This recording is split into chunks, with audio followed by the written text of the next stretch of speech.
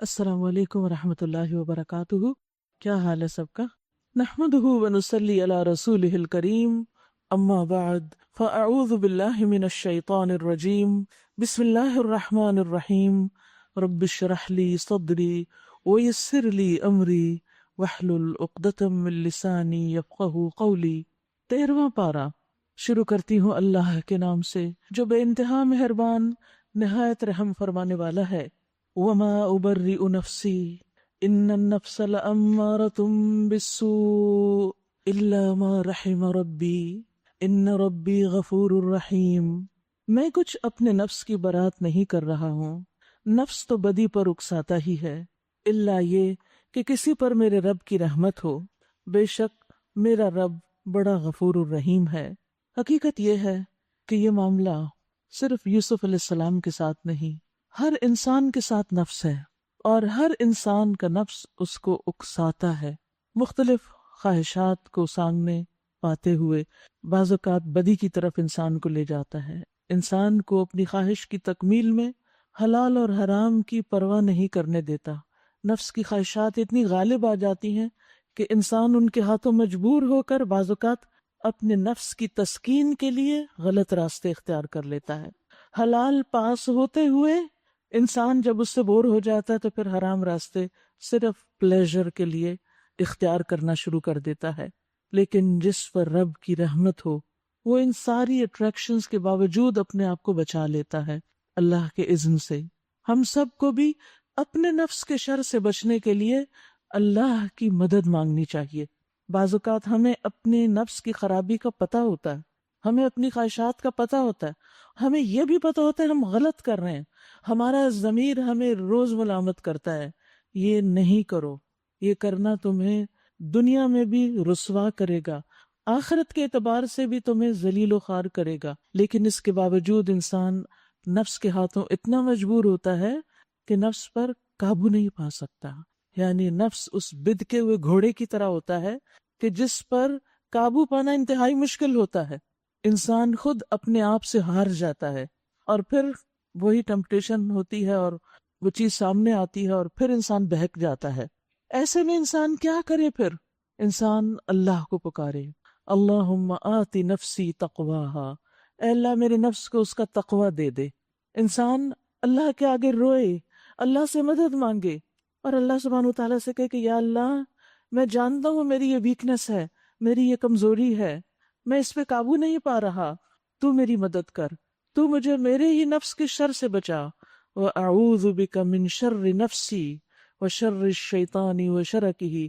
صبح شام کی دعاؤں میں جب یہ دعا پڑھے تو خاص طور پر توجہ کرے اس لفظ کی طرف کہ اللہ میں اپنے نفس کے شر سے اپنے آپ کو تیری پناہ میں دیتا ہوں، تیرے حوالے کرتا ہوں۔ اس لیے بہت ضروری ہے کہ ہم دعاؤں سے مدد لیں، اور پھر جب اللہ کا اذن ہوتا ہے، الا ما رحم ربی، جب رب کی رحمت ہو جاتی ہے تو انسان کو وہی چیز جس سے وہ حرام خوشی حاصل کر رہا تھا اس چیز سے نفرت ہو جاتی ہے، وہ چیز اس کو بری لگنے لگتی ہے، کیونکہ شیطان کا کام یہی ہے کہ وہ انسان کے سامنے برائیوں کو، برے کاموں کو اتنا خوشنما بنا دیتا ہے، اتنی زیادہ اس کے اندر اس کی انوالومنٹ کرا دیتا ہے کہ انسان پھر اس سے نکل نہیں پاتا۔ لیکن جب انسان نکل جاتا ہے اس سے تو پھر انسان خود کو ملامت کرتا ہے اور اللہ کا شکر بھی ادا کرتا ہے، اور اس چیز کو نفرت کی نگاہ سے دیکھتا ہے۔ یاد رکھیے کسی بھی گناہ سے توبہ کرنے کے بعد ضروری ہے کہ ہم اس گناہ کے خیال سے بھی مزہ نہ لیں بلکہ اس سے نفرت کریں، اور جب خیال آئے کہ ہم اس گناہ میں مبتلا تھے، چاہے وہ کسی کو بھی نہیں پتا، اللہ نے اس کو ڈھانپ لیا، اس پہ پردہ ڈال دیا، تو ہم پھر اللہ کا شکر ادا کریں اور ہم توبہ کرنے لگیں، یا رب میں کس مصیبت میں تھی، تو نے مجھے اس سے نکالا۔ تو یاد رکھیے کچھ بھی ناممکن نہیں، سب ممکن ہے۔ اگر آپ کسی ایسے ریلیشن شپ میں ہیں کہ جو حرام ہے، جو اللہ کو پسند نہیں، لیکن صرف بس ایک چھوٹی سی بات سے شروع ہو گیا، ایک رانگ کال سے، ایک رانگ میسج سے، اور آپ اس میں پھنس گئے، ٹریپ میں آ گئے، اب آپ کو سمجھ نہیں آ رہی کہ آپ نکلے کیسے، آپ نکلنا بھی چاہتے ہیں، اور خاص طور پر رمضان میں روزہ تو پھر دل کا روزہ ہے، اور اگر دل کسی حرام خیال میں ہی لذت لے رہا ہے تو پھر یہ روزہ کس قسم کا روزہ ہے؟ تو ایسے میں آپ دیکھیے خوشخبری ہے روزہ داروں کے لیے کہ ہر دن ان کی کوئی نہ کوئی دعا ضرور قبول ہوتی ہے.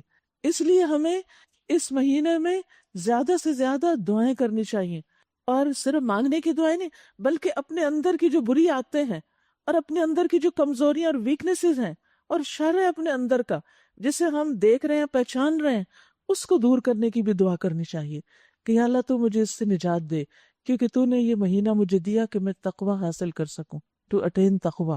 تو اب وہ میں کیسے حاصل کر سکتی ہوں اگر میرے ساتھ یہ شر لگا ہوا ہے، میرے ساتھ وہ چیز لگی ہوئی ہے جسے تو ناپسند کرتا ہے، وہ گناہ لگا ہوا ہے جسے میں دنیا سے چھپا کے کر رہی ہوں. صرف اور صرف اللہ کی مدد سے ہی انسان ان چیزوں پہ قابو پا سکتا ہے. تو اس لیے وہ کہتے ہیں الا ما رحم ربی، جس پہ میرا رب رحم کر دے وہی نفس کے شر اور برائی سے نکل سکتا ہے.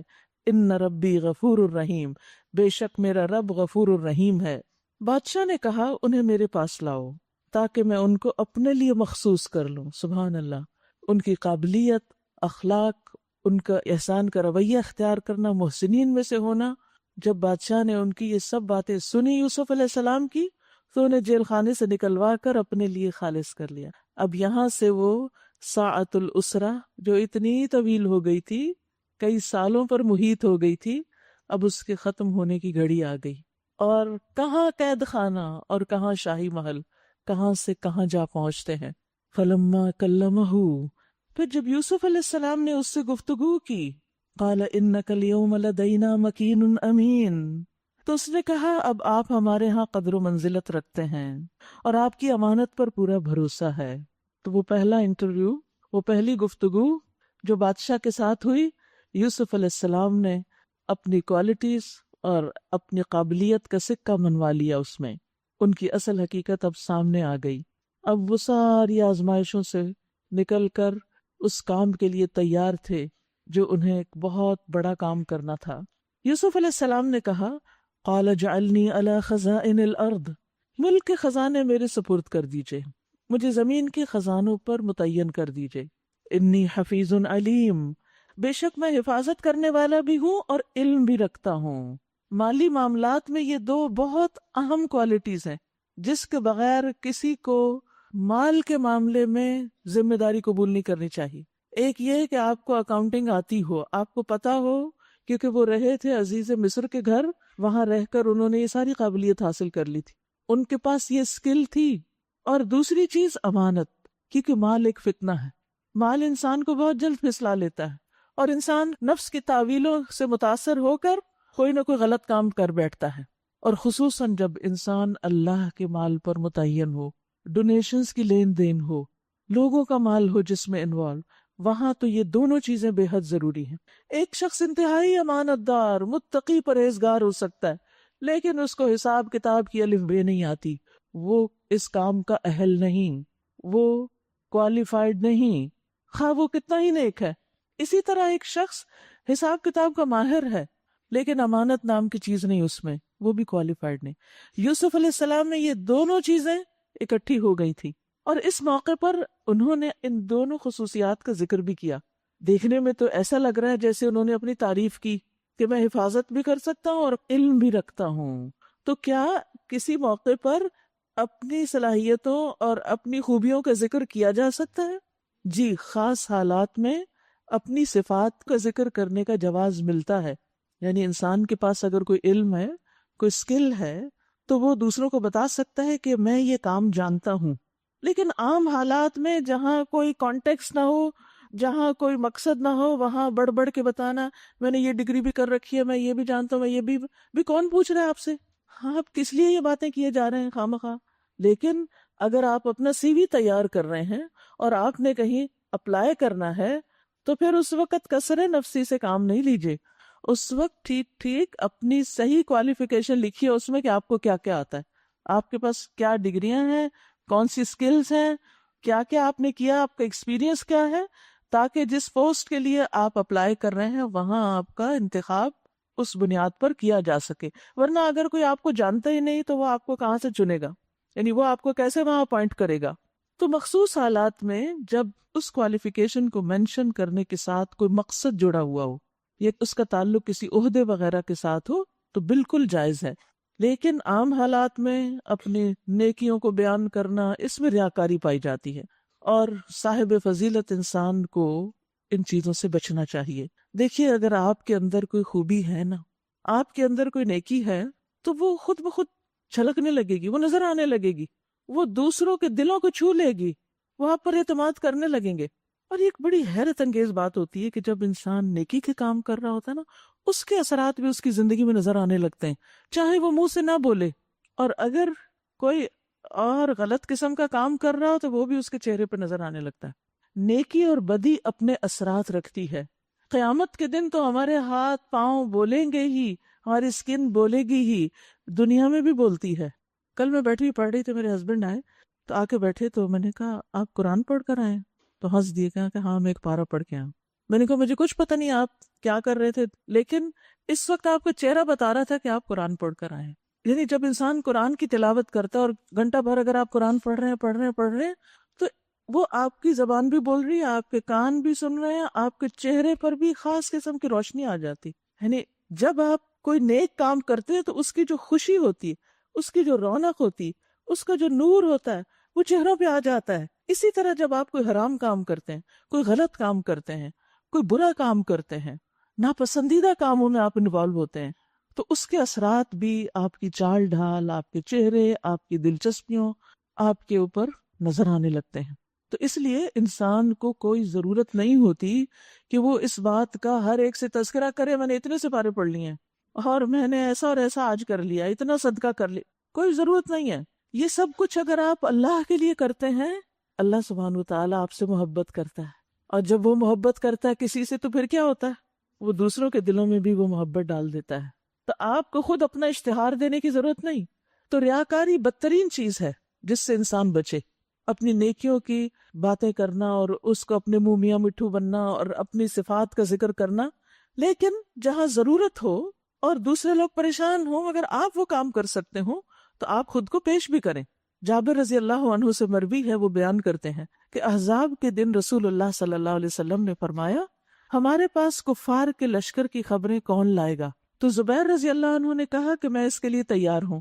پھر آپ نے پوچھا ہمارے پاس کفار کے لشکر کی خبریں کون لائے گا؟ اس بار بھی زبیر کہنے لگے میں لاؤں گا۔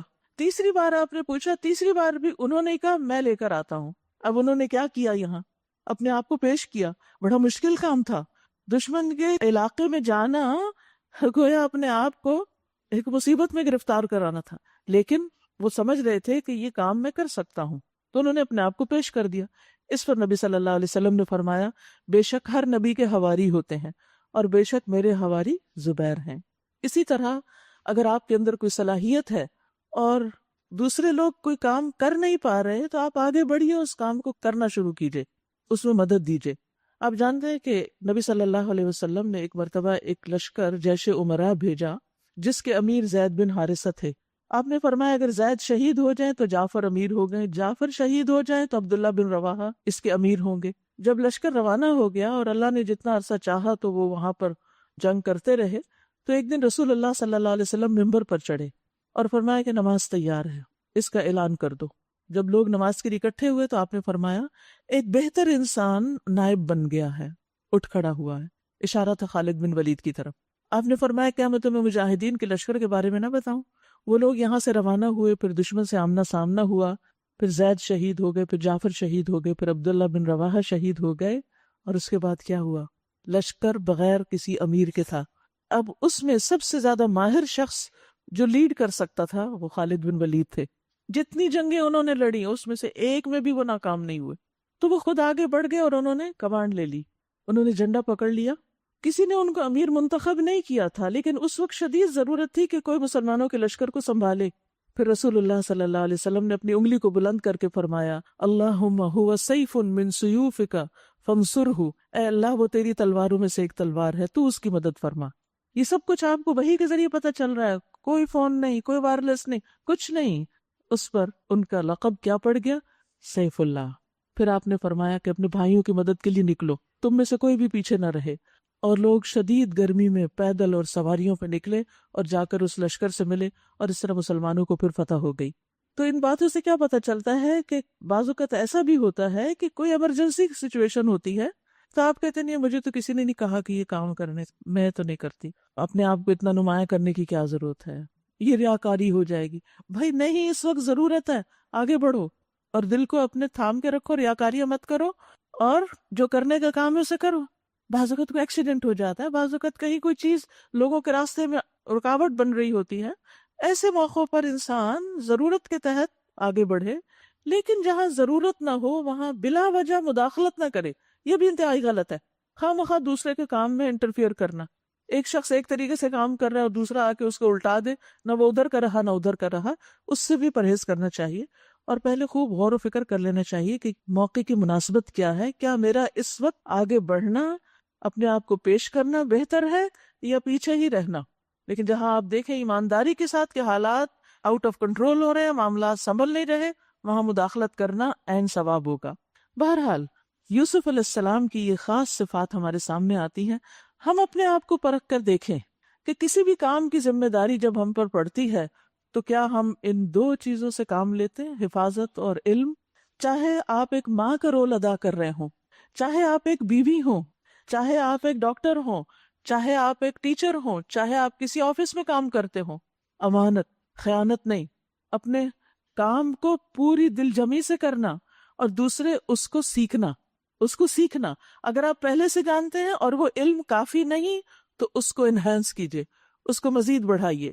اب ہم دیکھتے ہیں صرف ایک پہلو کہ یوسف علیہ السلام پہ بڑی آزمائشیں آئیں اور وہ صبر کرتے رہے، لہٰذا وہ بہت اونچے درجے پہ پہنچ گئے، اور بھول جاتے ہیں کہ ان کے اندر یہ کوالٹیز بھی تھیں، اور ہم سوچتے ہیں ہمیں اتنی پریشانیاں آئی ہیں، ہم کیوں نہیں کسی اوپر درجے پہ پہنچ رہے۔ ساتھ یہ بھی تو دیکھیں ان پریشانیوں سے سبق کیا سیکھا ہم نے، مزید اپنے علم کو کتنا بڑھایا۔ فرمایا وَكَذَلِكَ مَكَّنَّا لِيُوسُفَ فِي الْأَرْضِ، اس طرح ہم نے اس سرزمین میں یوسف علیہ السلام کے لیے اقتدار کی راہ ہموار کی۔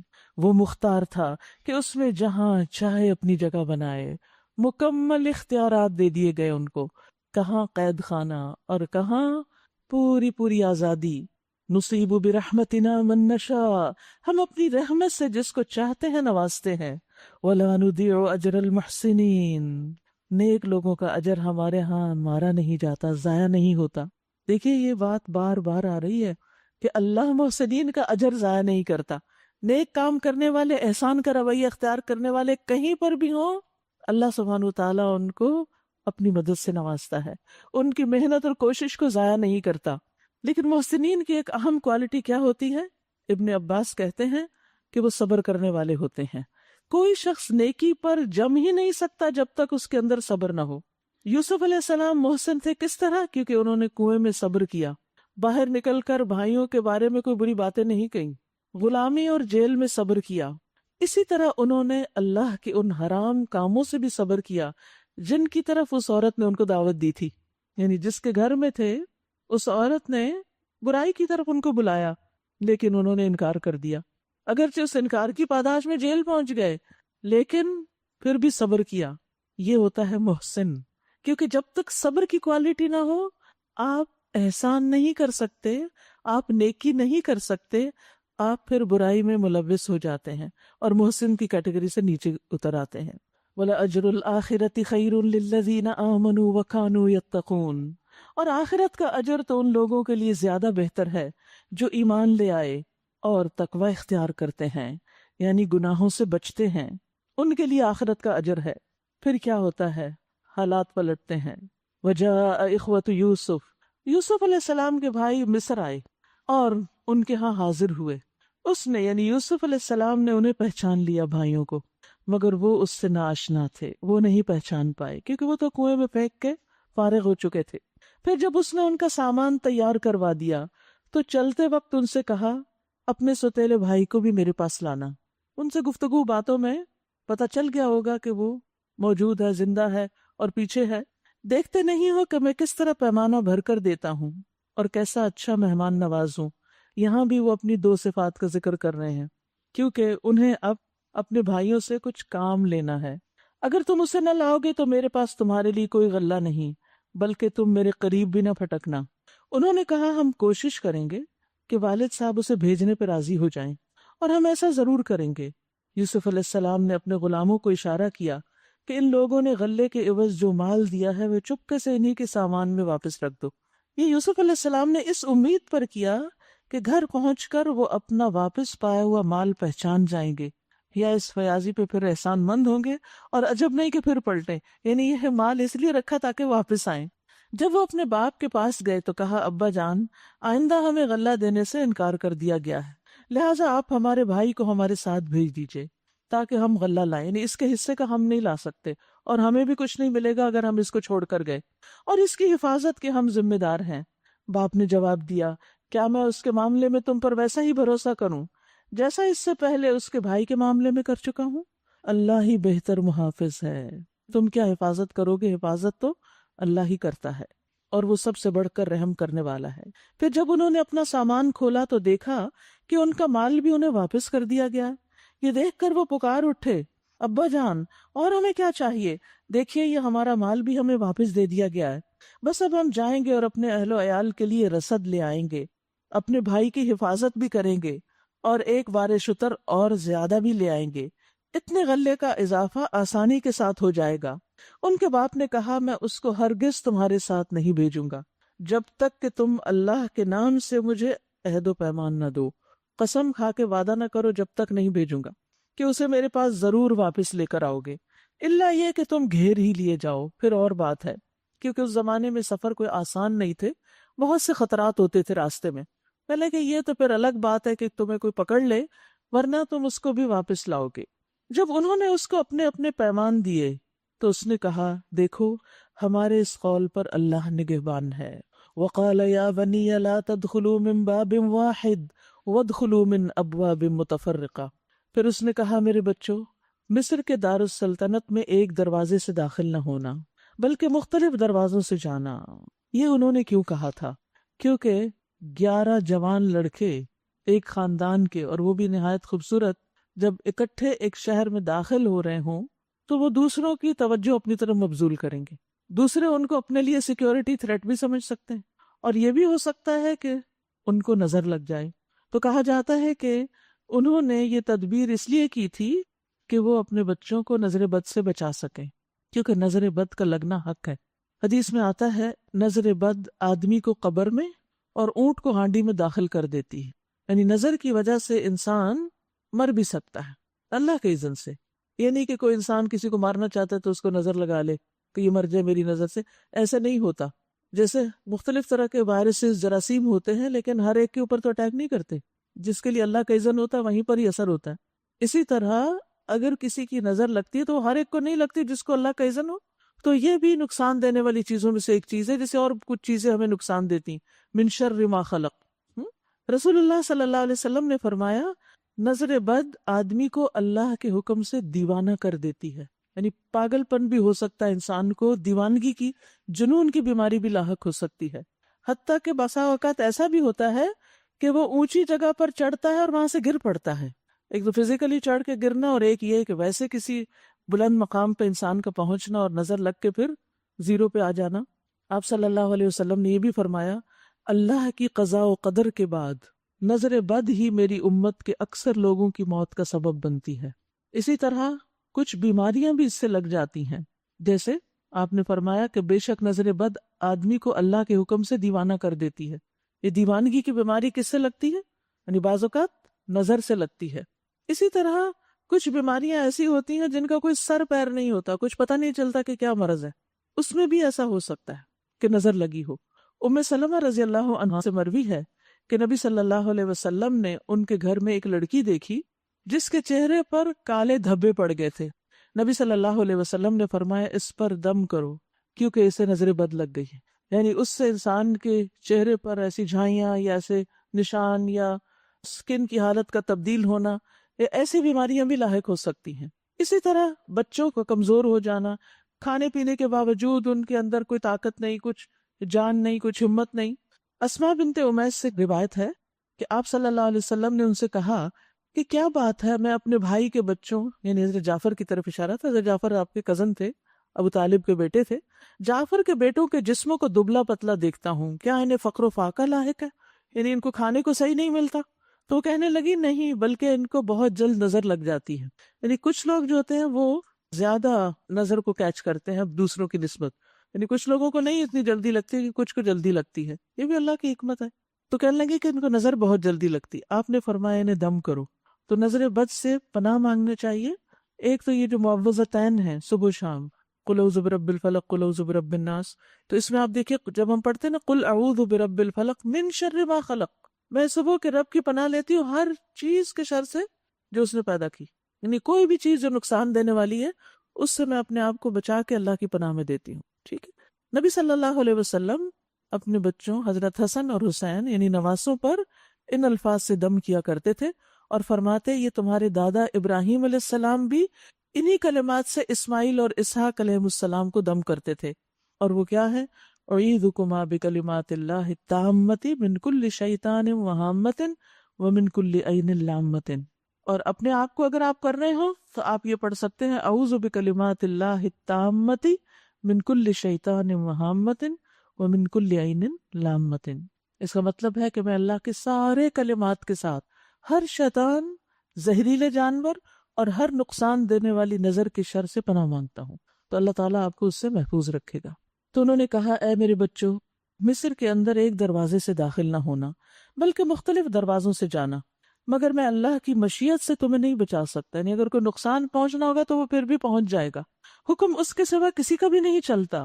کتنی اہم بات انہوں نے کی کہ وہ پیغمبر تھے اللہ کے، لیکن وہ جانتے تھے کہ وہ اللہ کے بندے ہیں. آپ دیکھیے کہ ہم لوگ عام بزرگوں کے ہاتھ میں بڑی کرامت اور برکت سمجھتے ہیں کہ ان کی وجہ سے ہمیں معلوم نہیں کیا کیا خیر پہنچے گی اور ہم شر سے بچ جائیں گے، یا یہ ہماری حفاظت کریں گے، یا کوئی اور مخلوق ہماری حفاظت کرے گی. ہرگز نہیں.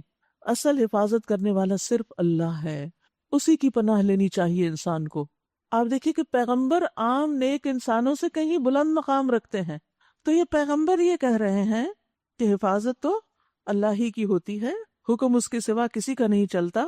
ان الحکم الا للہ علیہ توکلت، اس پر میں نے بھروسہ کیا. پیغمبر بھی اللہ پہ بھروسہ کرتے ہیں تو ہمیں بھی اللہ ہی پر بھروسہ کرنا چاہیے، اور جس کو بھی بھروسہ کرنا ہو اسی پر کرے. وعلیہ فلیتوکل المتوکلون. اور واقعہ بھی یہی ہوا کہ جب وہ اپنے باپ کی ہدایت کے مطابق شہر میں مختلف دروازوں سے داخل ہوئے تو اس کی یہ احتیاطی تدبیر اللہ کی مشیت کے مقابلے میں کچھ بھی کام نہ آ سکی. ہاں بس یعقوب کے دل میں جو ایک کھٹک تھی اسے دور کرنے کے لیے اس نے اپنی سی کوشش کر لی. بے شک وہ ہماری دی ہوئی تعلیم سے صاحب علم تھا، مگر اکثر لوگ معاملے کی حقیقت کو نہیں جانتے. پھر کیا ہوا؟ وَلَمَّا دَخَلُوا عَلَى يُوسُفَ آوَى إِلَيْهِ أَخَاهُ. یہ لوگ جب یوسف کے ہاں پہنچے علیہ السلام تو اس نے اپنے بھائی کو اپنے پاس الگ بلا لیا، بنیامین کو، اور اسے بتا دیا کہ میں تیرا وہی بھائی ہوں، یعنی جو کھو گیا تھا وہی بھائی ہوں. اب تو ان باتوں کا غم نہ کر جو یہ لوگ کرتے رہے ہیں. سبحان اللہ، کیا خوبصورت نصیحت کی بھائی کو. ہوا تو سب کچھ یوسف کے اپنے ساتھ تھا، تو اس سے پتہ چلتا ہے کہ جو کچھ بھی ان پہ ہوتا گیا، جتنی بھی آزمائشیں آتی گئی، انہوں نے ان چیزوں کو اپنے دل پہ نہیں رکھا. تو یاد رکھیے رمضان بڑا اچھا موقع ہے کہ دل کے بوجھ اتار دیں، ہم دلوں سے غم کو دور کر دیں. کہنے لگے فلا تبتئس، رنج نہ کر، اپنے آپ کو تکلیف میں نہ ڈال، وہ اس کا شکار نہ ہو. یہ جو کچھ بھی کرتے رہے ہیں ان کو ان کے حال پہ چھوڑ دو. دیکھیے ہم میں سے ہر شخص کی زندگی میں کوئی نہ کوئی انسان ایسا ہوتا ہے جو ہمارے لیے ایک مسئلہ بنا ہوا ہوتا ہے، کہیں نہ کہیں، کبھی گھر میں، کبھی باہر، کبھی میکے میں، کبھی سسرال میں، کبھی آس پاس پڑوس میں. کوئی نہ کوئی انسان ضرور ایسا ہوتا ہے کہ جو اپنی ویکنیسز کی وجہ سے یا اپنی بری عادتوں کی وجہ سے آپ کے لیے ایک مسئلہ بن جاتا ہے. اب ہمارا حال کیا؟ دنیا بھری پڑی اچھے لوگوں سے جو ہمارے ساتھ اتنے اچھے ہیں، ہمارے خیر خواہ ہیں، ہم ان کی قدر ہی نہیں کرتے. نہ ان کی طرف سے ملنے والی محبت اور خیر خواہی اور مدد، ان چیزوں کی ہم نہ قدر کرتے، نہ پرواہ کرتے، نہ شکریہ ادا کرتے، نہ اس کو فیل کرتے ہیں، نہ اس پہ خوش ہوتے ہیں کہ کتنے اچھے اچھے دوست ہیں میرے، کتنے اچھے اچھے ساتھی ہیں، کتنے اچھے اللہ نے بچے دیے ہیں، کتنے اچھے بہن بھائی ہیں. وہ ایک شخص وہی سر پہ سوار ہے. اس سے باہر نکلنا چاہیے. جب اس کی طرف سے آنے والی تکلیف دل میں آئے تو فوراً اس کو نکال کے کہے کہ شکر اللہ کا جس نے مجھے اتنے اچھے لوگ اور بھی دیے ہیں، تو مجھے اسی کے بارے میں کیوں ہر وقت سوچنے کی ضرورت ہے. تو یہاں پر وہ کہتے ہیں فلا تبتئس بما كانوا يعملون، یعنی ایک طرح سے یہ دشمن تھے ان کے، لیکن کہتے ہیں ان کی باتوں کی پرواہ نہ کرو. جب یوسف علیہ السلام ان بھائیوں کا سامان لدوانے لگے تو انہوں نے اپنے بھائی کے سامان میں اپنا پیالہ رکھ دیا. خود ہی رکھ دیا۔ پھر ایک پکارنے والے نے پکار کر کہا اے قافلے والے تم چور ہو، کیونکہ انہیں نہیں پتا تھا جو پکار رہے تھے کہ یہ مسئلہ کیا ہے، معاملے کی حقیقت کیا ہے۔ انہوں نے پلٹ کر پوچھا تمہاری کیا چیز کھوئی گئی ہے، تم کیوں چور کہہ رہے ہو ہمیں؟ سرکاری ملازموں نے کہا بادشاہ کا پیمانہ ہمیں نہیں ملتا، اور کہا کہ جو شخص لا کر دے گا اس کے لیے ایک بار شتر انعام ہے، اس کا ذمہ میں لیتا ہوں۔ ان بھائیوں نے کہا اللہ کی قسم تم لوگ خوب جانتے ہو کہ ہم اس ملک میں فساد کرنے نہیں آئے ہیں، اور ہم چوریاں کرنے والے لوگ نہیں، ہمیں چور مت کہو۔ انہوں نے کہا اچھا اگر تمہاری بات جھوٹی نکلی تو چور کی کیا سزا ہے؟ انہوں نے کہا اس کی سزا جس کے سامان میں سے چیز نکلے وہ آپ ہی اپنی سزا میں رکھ لیا جائے، یعنی اسی کو پکڑ لیا جائے، چور کو پکڑ کے قید کر لیا جائے۔ ہمارے ہاں تو ایسے ظالموں کو سزا دینے کا یہی طریقہ ہے۔ اب دیکھیے کہ یہ چونکہ ابراہیم علیہ السلام کے خاندان کے لوگ تھے اور ان کی شریعت میں یہی تھا کہ چور کو غلامی میں دے دیا جائے۔ تب یوسف نے اپنے بھائی سے پہلے ان کی یعنی دیگر بھائیوں کی خرجیوں کی تلاشی لینی شروع کر دی، پھر اپنے بھائی کی خرجی سے گمشدہ چیز برآمد کر لی۔ اس طرح ہم نے یوسف علیہ السلام کی تائید اپنی تدبیر سے کی۔ اس کا یہ کام نہ تھا کہ بادشاہ کے دین یعنی مصر کے شاہی قانون میں اپنے بھائی کو پکڑتا، یعنی جس ملک میں رہتے وہاں کا قانون یہ نہیں تھا کہ وہ کسی چور کو پکڑ کے رکھ لے، لیکن جس شریعت کو وہ خود فالو کر رہے تھے اس میں یہ قانون تھا، اب یہاں وہ فیصلہ اس قانون کے مطابق کر رہے ہیں۔ اللہ یہ کہ اللہ ہی ایسا چاہے، نرفع درجات من نشاء، ہم جس کے چاہتے ہیں درجات بلند کر دیتے ہیں، وفوق کل ذی علم علیم، اور ہر علم والے کے اوپر ایک علم والا اور بھی ہے، اور سب پر زیادہ علم رکھنے والا، بڑا علم والا خود اللہ رب العزت ہے۔ ان بھائیوں نے کہا یہ چوری کرے تو کچھ تعجب کی بات نہیں، اس سے پہلے اس کا بھائی یوسف بھی چوری کر چکا ہے، یہاں بھی نہیں چھوڑا۔ یوسف ان کی یہ بات سن کر پی گئے، کتنے سمجھدار تھے، کچھ نہیں بولے، پتا تھا، خاموشی اختیار کی۔ اگر ہمارے بارے میں کوئی ایسی بات کہے تو ہم چپ رہ سکتے ہیں؟ یہی تو صبر ہوتا ہے کہ بہت دفعہ غلط قسم کی باتیں سن کر بھی انسان خاموشی اختیار کرے اور وقت آنے پر اس کو کھولے، اس کی حقیقت بتائے۔ بعض لوگ کہتے ہیں اچھا کوئی ہم پہ غلط الزام لگاتا رہے، غلط غلط باتیں کرتا رہے تو ہم چپ رہیں۔ بھئی اس وقت چپ رہو، ہمیشہ کے لیے چپ رہنے کو نہیں کہا جا رہا، کیونکہ اس وقت کا بولنا فائدہ نہیں دے گا، اس وقت بولو جب بولنا فائدہ دے، یہی حکمت ہوتی ہے۔ تو اب اس وقت اگر یوسف علیہ السلام کہتے میں یوسف ہوں اور تم مجھے چور کہہ رہے ہو تو کیا ہوتا؟ وہ بات نہ بنتی۔ یوسف علیہ السلام کے سامنے کوئی اور مقصد تھا، وہ ابھی کچھ اور کرنا چاہتے تھے۔ اب کیا ہوا؟ ان کی یہ بات سن کے وہ خاموش ہو گئے، حقیقت ان پہ نہ کھولی، بس دل میں یہ کہہ کے رہ گئے کہ بڑے ہی برے لوگ ہو تم، میرے منہ پہ مجھے الزام لگا رہے ہو، جو الزام تم لگا رہے ہو اس کی حقیقت اللہ خوب جانتا ہے، واللہ عالم بما تصفون۔ یہ کتنا خوبصورت جملہ ہے۔ جب بھی کوئی آپ پر الزام لگائے، جب بھی کوئی آپ کے بارے میں غلط فہمی کا شکار ہو، تو اس وقت انسان اپنی صفائی پیش کرنے کے بجائے اور اپنا فوری دفاع کرنے کی بجائے کیا کہے؟ اللہ کو زیادہ پتا ہے جو بھی تم کہہ رہے ہو کہ اس کی حقیقت کیا ہے، اور پھر ٹائم لے، اور ٹائم لے کر معاملے کی حقیقت کو واضح کرے، کیونکہ ہر چیز کے دو رخ ہوتے ہیں۔ بعض اوقات ہمارے سامنے ایک رخ ہوتا ہے، ہم اس کو دیکھ کر کسی کو الزام دینا شروع کر دیتے ہیں، جبکہ دوسری طرف کچھ اور حقیقت ہوتی۔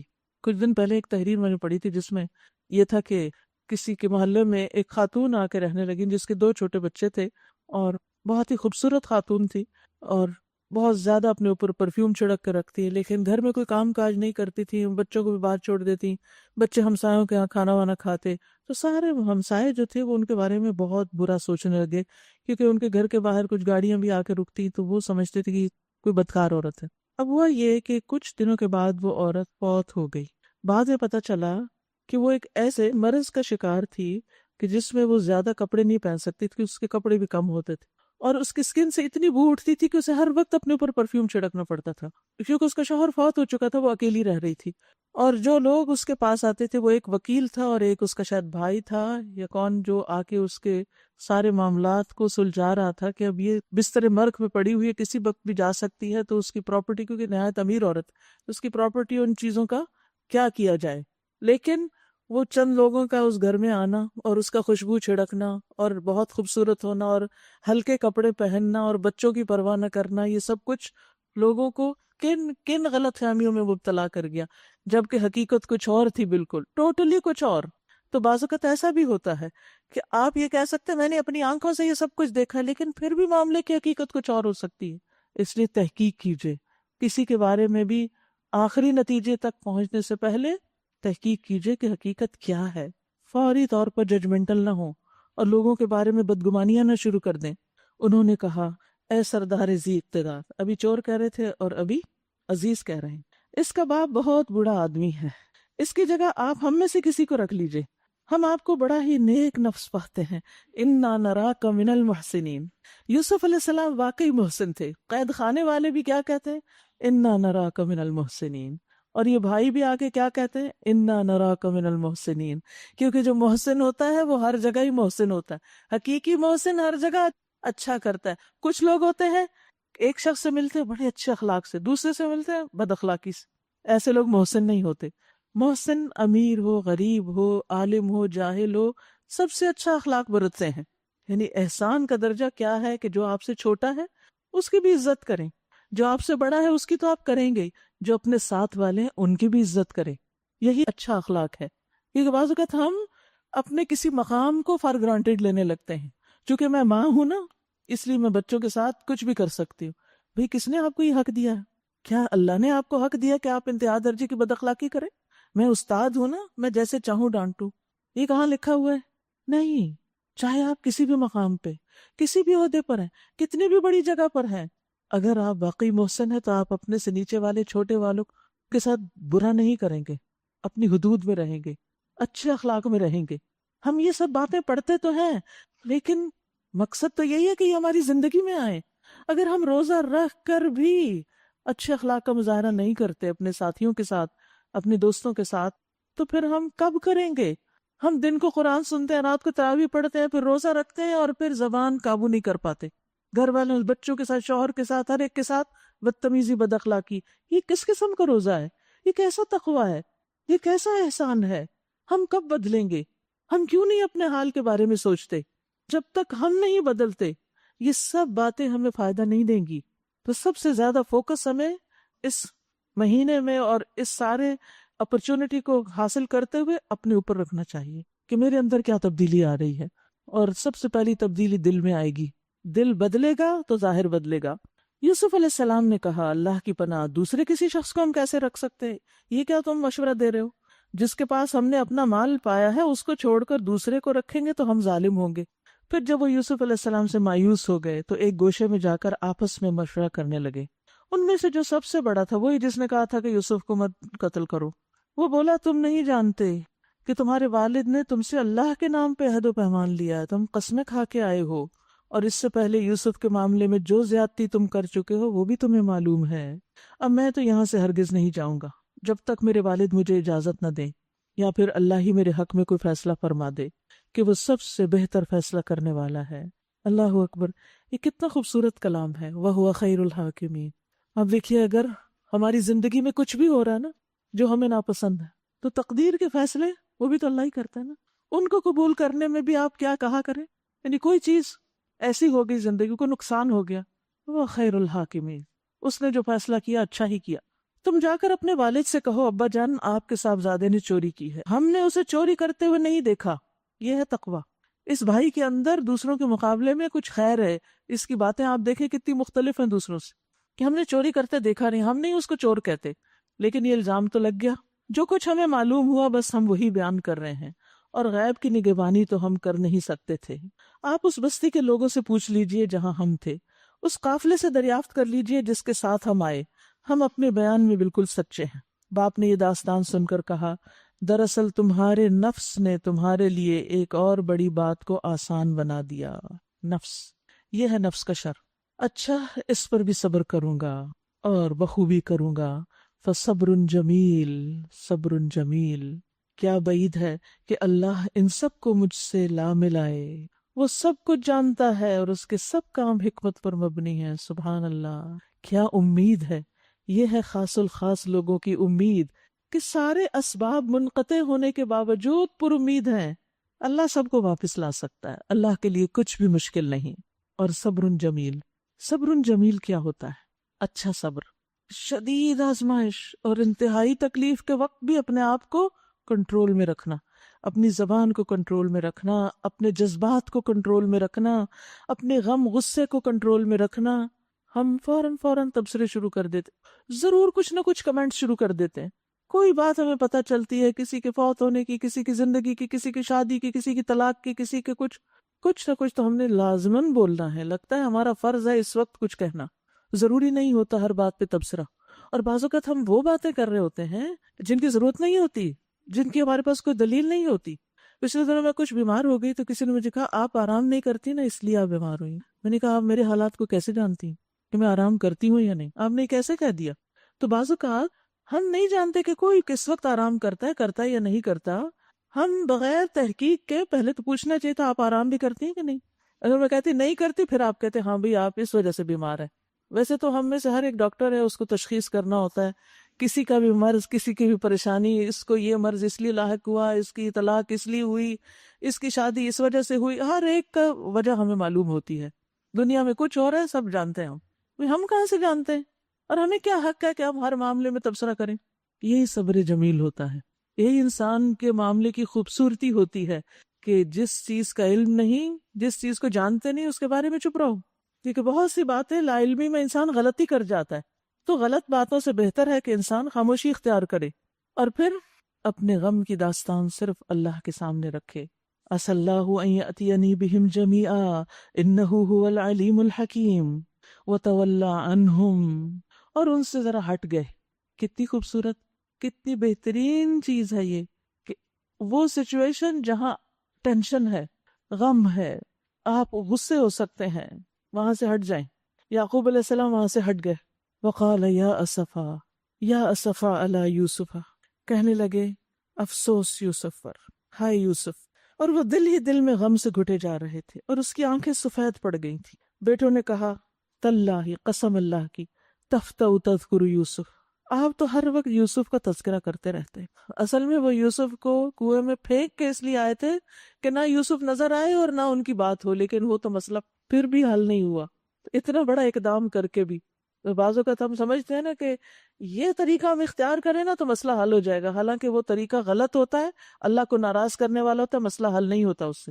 تو کسی مسئلے کو حل کرنے کے لیے غلط طریقہ، اللہ کی ناراضگی کا طریقہ اختیار نہیں کرنا چاہیے جو انہوں نے کیا. کچھ لوگ تعویذ، جادو، ٹونے ٹوٹکے اور اس قسم کے کام شروع کر دیتے ہیں کہ ان دو میں جدائی ڈالو، ان کو ایک دوسرے سے پھیرو. نوبت یہ آ گئی ہے کہ اس کے غم میں اپنے آپ کو گھلا دیں گے یا اپنی جان ہلاک کر ڈالیں گے. یعقوب علیہ السلام کا صبر اپنی حد کے اندر تھا. پیغمبر صبر جمیل کرتے ہیں، لیکن یہ چونکہ یوسف کے معاملے میں بہت سینسیٹیو تھے اس لیے بہت مبالغہ آرائی والی باتیں کر رہے ہیں. اس نے کہا میں اپنی پریشانی اور اپنے غم کی فریاد اللہ کے سوا کسی سے نہیں کرتا. یہ ہے صبر جمیل. قال انما اشکو بثی وحزنی الی اللہ، میں اپنے غم اور حزن کی داستان اللہ ہی کو سناتا ہوں. یاد رکھیے، لوگوں سے شکایت، لوگوں کے سامنے رونا صبر کے منافی ہے. اللہ کے سامنے اپنی شکایت رکھنا صبر کے منافی نہیں. اللہ کو اپنے غم سنانا، اللہ سے باتیں کر کے جو دل میں ہے کہنا، اس میں کوئی حرج نہیں. اور ویسے بھی یاد رکھیے کہ جو شخص صبر کرتا ہے اللہ اس کو صبر دے دیتا ہے. من یتصبر یصبرہ اللہ. اور کہنے لگے وَأَعْلَمُ مِنَ اللَّهِ مَا لَا تَعْلَمُونَ، اور میں اللہ کی طرف سے وہ جانتا ہوں جو تم نہیں جانتے. یا بنی اذهبوا فتحسسوا من یوسف، اے بچوں جاؤ یوسف و اخیہ اور اس کے بھائی کی کچھ ٹوہ لگاؤ، جاؤ ڈھونڈو. ولا تیأسوا من روح اللہ، اور اللہ کی رحمت سے مایوس نہ ہو. انہ لا ییأس من روح اللہ الا القوم الکافرون، اس کی رحمت سے تو بس کافر ہی مایوس ہوا کرتے ہیں. مومن مایوس نہیں ہوتا، ہمیشہ پر امید رہتا ہے. حالات کتنے بھی تنگ ہو دل تھوڑا نہ کریں. آپ دیکھیے کہ جب ہمارا کوئی کام اٹک جاتا ہے نا، مثلاً رشتے میں دیر ہو گئی، شادی میں دیر ہو گئی، اولاد ہونے میں دیر ہو گئی، کاروبار میں دیر ہو گئی یا کچھ، تو ہم مایوس ہونے لگتے ہیں اور پھر اس کے بعد انگزائٹی کا شکار ہو جاتے ہیں، پریشانی کا شکار رہتے ہیں. اور پھر جب ہم پریشان اور غمگین رہتے ہیں تو ہماری قوت کمزور پڑ جاتی. جب ہر وقت ہمارے چہرے پر غم کے آثار ہوں، پریشانی ہو، انگزائٹی ہو، تو دوسرے لوگ ہم سے دور بھاگنے لگتے ہیں. پھر کام کیسے ہوں گے؟ پھر رشتہ کیسے ہوگا اگر آپ کے چہرے پہ ہر وقت ہوائیاں ہی اڑی ہوئی ہیں؟ خوش رہیں، اللہ سے مدد مانگیں، غم دور کریں. آپ لائیولی ہوں گے، انرجیٹک ہوں گے، صبر کرنے والے ہوں گے تو لوگوں کے دلوں میں آپ کی محبت آئے گی، لوگ آپ کی طرف مائل ہوں گے. لیکن اگر ہر وقت آپ اپنے غم کی داستان سناتے رہے تو لوگ آپ سے دور بھاگ جائیں گے، کام اور اٹک جائیں گے. فلما دخلوا علیہ قالوا یا ایھا العزیز. پھر جب یہ لوگ مصر جا کر یوسف کی پیشی میں داخل ہوئے تو انہوں نے عرض کیا، اے عزیز، ہم اور ہمارے اہل و عیال سخت مصیبت میں مبتلا ہیں اور ہم کچھ حقیر سی پونجی لے کر آئے ہیں. آپ ہمیں بھرپور غلہ عنایت فرمائیں اور ہمیں خیرات دیں. اللہ خیرات دینے والوں کو جزا دیتا ہے. دیکھیے کہاں تک پہنچ گئے یوسف، کہاں پہنچ گئے جن کا برا چاہا گیا، اور یہ برا کرنے والے کہاں جا پہنچے. یاد رکھیے چالیں چلنے والے ذلیل ہی ہوتے ہیں. کسی کے خلاف چالیں نہ چلیں، اور اگر کوئی آپ کے خلاف چل رہا ہے تو بد اخلاقی پہ نہ اتریں، صبر سے کام لیں. دیکھیے پھر اللہ آپ کو کہاں پہنچاتا ہے. اب یہ بھیک مانگ رہے ہیں. اب ان سے رہا نہیں گیا یوسف علیہ السلام سے. کہنے لگے، تمہیں کچھ معلوم ہے کہ تم نے یوسف اور اس کے بھائی کے ساتھ کیا کیا؟ جب تم نادان تھے، ناسمجھ تھے نا، اس لیے کر لیا. اللہ اکبر، کیا اخلاق کا اعلیٰ ترین مقام ہے. نادانی ناسمجھی میں یہ کیا تم نے. وہ چاہتے تو جو جی میں آتا سنا سکتے تھے، لیکن اب بھی بینیفٹ آف ڈاؤٹ دیا. کوئی بات نہیں، تم ناسمجھ تھے نا. وہ چونک کے بولے، ہائے کیا تم یوسف ہو؟ اس نے کہا، ہاں میں یوسف ہوں اور یہ میرا بھائی ہے. اللہ نے ہم پر احسان کیا. قد من اللہ علینا انہ من یتقی ویصبر فإن اللہ لا یضیع اجر المحسنین. حقیقت یہ ہے کہ اگر کوئی تقوی اور صبر سے کام لے تو اللہ کے ہاں ایسے نیک لوگوں کا اجر مارا نہیں جاتا. پھر وہی بات آ گئی، فإن اللہ لا یضیع اجر المحسنین. کتنی تکرار ہے اس کی. محسن بن کے تو دیکھیے، پھر دیکھیے آپ کو کیا کچھ نصیب ہوتا ہے دنیا میں بھی اور آخرت میں بھی. انہوں نے کہا، اللہ کی قسم، اللہ نے تمہیں ہم پر فضیلت بخشی. ہم واقعی خطا کار تھے، ہم گناہ گار تھے. وہ بھی اپنی غلطی مان لیتے ہیں، اور جو غلطی مان لے وہ ایسا ہے جیسے اس نے غلطی کی نہ ہو. اس نے جواب دیا، آج تم پر کوئی گرفت نہیں، کوئی پکڑ نہیں، اللہ تمہیں معاف کرے. یوسف علیہ السلام نے معاف کر دیا. اللہ اکبر، اتنے غم دکھ اٹھا کے معاف کر دیا. کیا ہمارے ساتھ کسی نے اس سے بھی زیادہ کوئی بڑی زیادتی کی ہوگی جس کو ہم معاف نہیں کر پا رہے؟ اللہ تمہیں معاف کرے، وہ سب سے بڑھ کر رحم فرمانے والا ہے. جاؤ میرا یہ قمیص لے جاؤ اور میرے والد کے منہ پہ ڈال دو، ان کی بینائی پلٹ آئے گی. اور اپنے سب اہل و عیال کو میرے پاس لے آؤ. سبحان اللہ، جس قمیص سے غم آیا تھا اسی قمیص سے خوشخبری آ رہی ہے. وہی انسان جو ہمارے لیے دکھ کا باعث ہے، کل وہی انسان خوشی کا بھی ہو سکتا ہے. اللہ کی رحمت سے نا امید نہ ہو، محسن بنتے رہیں، محسن بنے رہیں. آج جس شخص سے آپ کو پرابلم ہے نا، کل وہی آپ کے لیے سب سے بڑا خیر خواہ ہو سکتا ہے. آپ کا کوئی ایسا کام کر سکتا ہے جو دوسرا کوئی نہ کرے. اس لیے صبر سے کام لیں. قمیص پر جھوٹا خون لگا کر جب یعقوب علیہ السلام کے سامنے رکھا گیا تو وہ غم میں ڈوب گئے، اور یوسف ہی کا قمیص جب پہنچا تو ان کی بینائی لوٹ آئی. تو یاد رکھیے کہ انسان کے لیے بعض غم خوشی لانے کا سبب بھی ہوتے ہیں، بعض ناکامیاں کامیابیوں کا زینہ بنتی ہیں. اور کبھی ایک ہی شخص سے ایک وقت میں ایک بات سنتے ہیں، ہم رونے لگتے ہیں، اور دوسری سنتے ہیں ہم ہنسنے لگتے ہیں. حضرت فاطمہ کو نبی صلی اللہ علیہ وسلم نے بلایا جب آپ کی مرض الوفات کا وقت تھا. آپ نے ان کے کان میں ایک بات کہی، وہ رونے لگی. پھر آپ نے دوبارہ ایک کان میں بات کی تو ہنسنے لگی. ایک ہی وقت میں. اور یہ انسان کے اوپر کئی دفعہ ایسی کیفیات ہوتی، اس لیے مایوس نہ ہو. حالات ضرور بدلیں گے، بس اپنے آپ کو بدل لیں. جب یہ قافلہ مصر سے روانہ ہوا تو ان کے باپ نے کنعان میں کہا، میں یوسف کی خوشبو محسوس کر رہا ہوں. تم لوگ کہیں یہ کہنے نہ لگو کہ میں بڑھاپے میں سٹھیا گیا ہوں. گھر کے لوگ بولے، اللہ کی قسم آپ ابھی تک اپنے اسی پرانے خط میں پڑے ہوئے. پھر جب خوشخبری لانے والا آیا تو اس نے یوسف کا قمیص یعقوب علیہ السلام کے منہ پہ ڈال دیا اور یکایک اس کی بینائی لوٹ آئی. تب اس نے کہا، میں تم سے کہتا نہ تھا، میں اللہ کی طرف سے وہ کچھ جانتا ہوں جو تم نہیں جانتے. سب بول اٹھے، ابا جان، یا ابا نستغفر لنا ذنوبنا، آپ ہمارے گناہوں کی بخشش کی دعا کریں. اپنی خطاؤں کو اعتراف وہ کر چکے تھے اور اب دعا کے لیے کہہ رہے ہیں. واقعی ہم خطا کار تھے. انہوں نے کہا، میں اپنے رب سے تمہارے لیے معافی کی درخواست کروں گا. اسی وقت نہیں کی، ان کا خیال ہو کہ تہجد کے وقت ہی، کسی قبولیت کے وقت، کیونکہ وہ بھی تو بچے ہی تھے نا. وہ بڑا معاف کرنے والا اور رحیم ہے. جب یہ لوگ یوسف کے پاس پہنچے تو اس نے اپنے والدین کو اپنے ساتھ بٹھا لیا اور اپنے سب کنبے والوں سے کہا، چلو اب شہر میں چلو، اللہ نے چاہا تو امن چین سے رہو گے. شہر میں داخل ہونے کے بعد اس نے اپنے والدین کو اٹھا کر اپنے پاس تخت پر بٹھایا اور سب اس کے آگے بے اختیار سجدے میں جھک گئے۔ یوسف نے کہا ابا جان یہ تعبیر ہے میرے اس خواب کی جو میں نے پہلے دیکھا تھا، جہاں سے مشکل کھڑی ہوئی تھی۔ میرے رب نے اسے حقیقت بنا دیا۔ اس کا احسان ہے کہ اس نے مجھے قید خانے سے نکالا اور آپ لوگوں کو صحرا سے لا کر مجھ سے ملا دیا، حالانکہ شیطان میرے اور میرے بھائیوں کے درمیان فساد ڈال چکا تھا۔ واقعہ یہ ہے کہ میرا رب غیر محسوس تدبیروں سے اپنی مشیت پوری کرتا ہے، بے شک وہ علیم اور حکیم ہے۔ اے میرے رب تو نے مجھے حکومت بخشی اور مجھے باتوں کی تہ تک پہنچنا سکھایا، گہرا علم دیا۔ فاطر السماوات والارض انت ولی فی الدنیا والآخرہ توفنی مسلما والحقنی بالصالحین۔ زمین و آسمان کے بنانے والے، تو ہی دنیا اور آخرت میں میرا سرپرست ہے، میرا خاتمہ اسلام پر کر اور انجام کار مجھے صالحین کے ساتھ ملا۔ یہ ہے وہ دعا جو یوسف علیہ السلام نے اس وقت اللہ سے کی جب انہیں مصر کی سلطنت بھی مل گئی، نبوت بھی ملی ہوئی تھی اور سارا خاندان کنبہ قبیلہ بھی ان کے پاس آ گیا۔ دنیاوی اعتبار سے ہر طرح کی سیکیورٹی حاصل تھی، لیکن انہوں نے کسی پر بھی ڈیپینڈ نہیں کیا۔ کیا تمنا کی؟ انت ولی فی الدنیا والآخرہ۔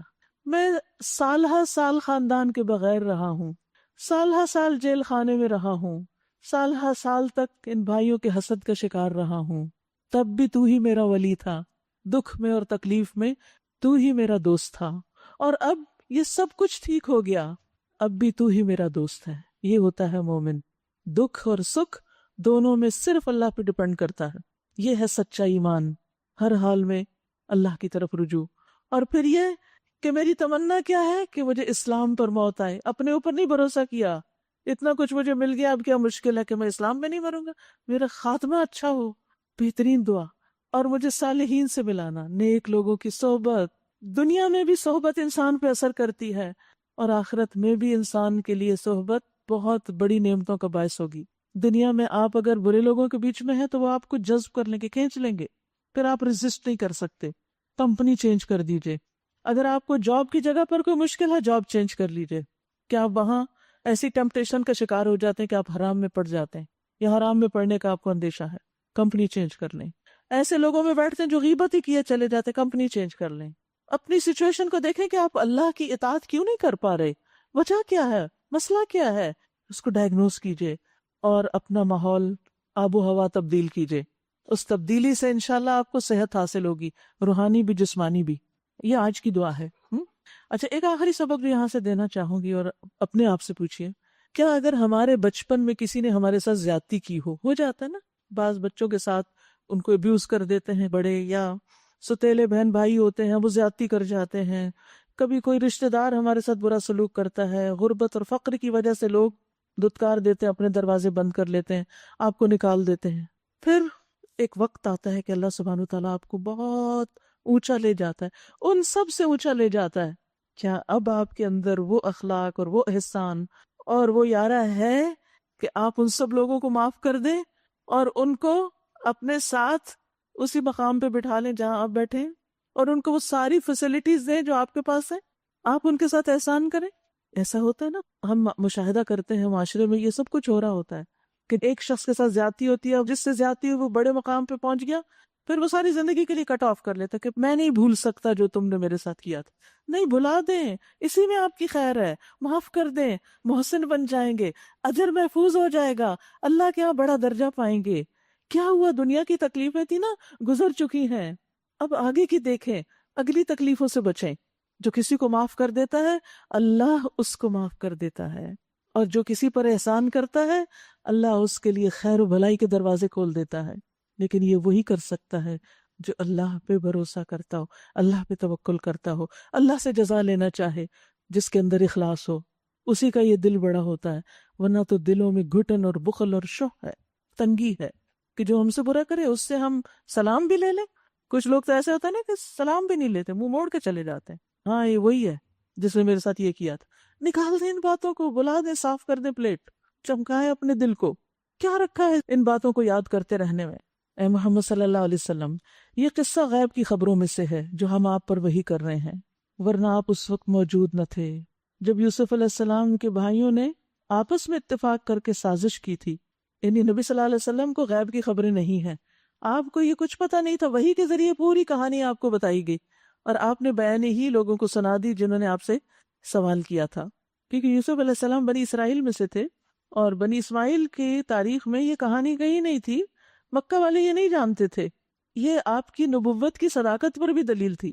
آپ اس وقت وہاں موجود نہ تھے، حاضر ناظر نہیں تھے جب یوسف کے بھائیوں نے آپس میں اتفاق کر کے سازش کی تھی. مگر تم خواہ کتنا ہی چاہو ان میں سے اکثر لوگ مان کے دینے والے نہیں. حالانکہ تم اس خدمت پر ان سے کوئی اجرت بھی نہیں مانگتے. یہ تو ایک نصیحت ہے جو دنیا والوں کے لیے عام ہے. زمین و آسمان میں کتنی ہی نشانیاں ہیں جن پر سے لوگ گزرتے رہتے اور ذرا توجہ نہیں کرتے. ان میں سے اکثر اللہ کو مانتے ہیں مگر اس طرح کہ اس کے ساتھ دوسروں کو شریک ٹھہراتے ہیں. یعنی بہت سے لوگ ایمان لا کر بھی شرک کی بیماری میں مبتلا رہتے ہیں.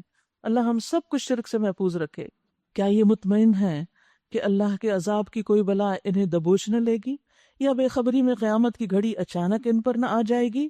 آپ ان سے صاف کہہ دیجئے کہ میرا راستہ تو یہ ہے کہ میں اللہ کی طرف بلاتا ہوں.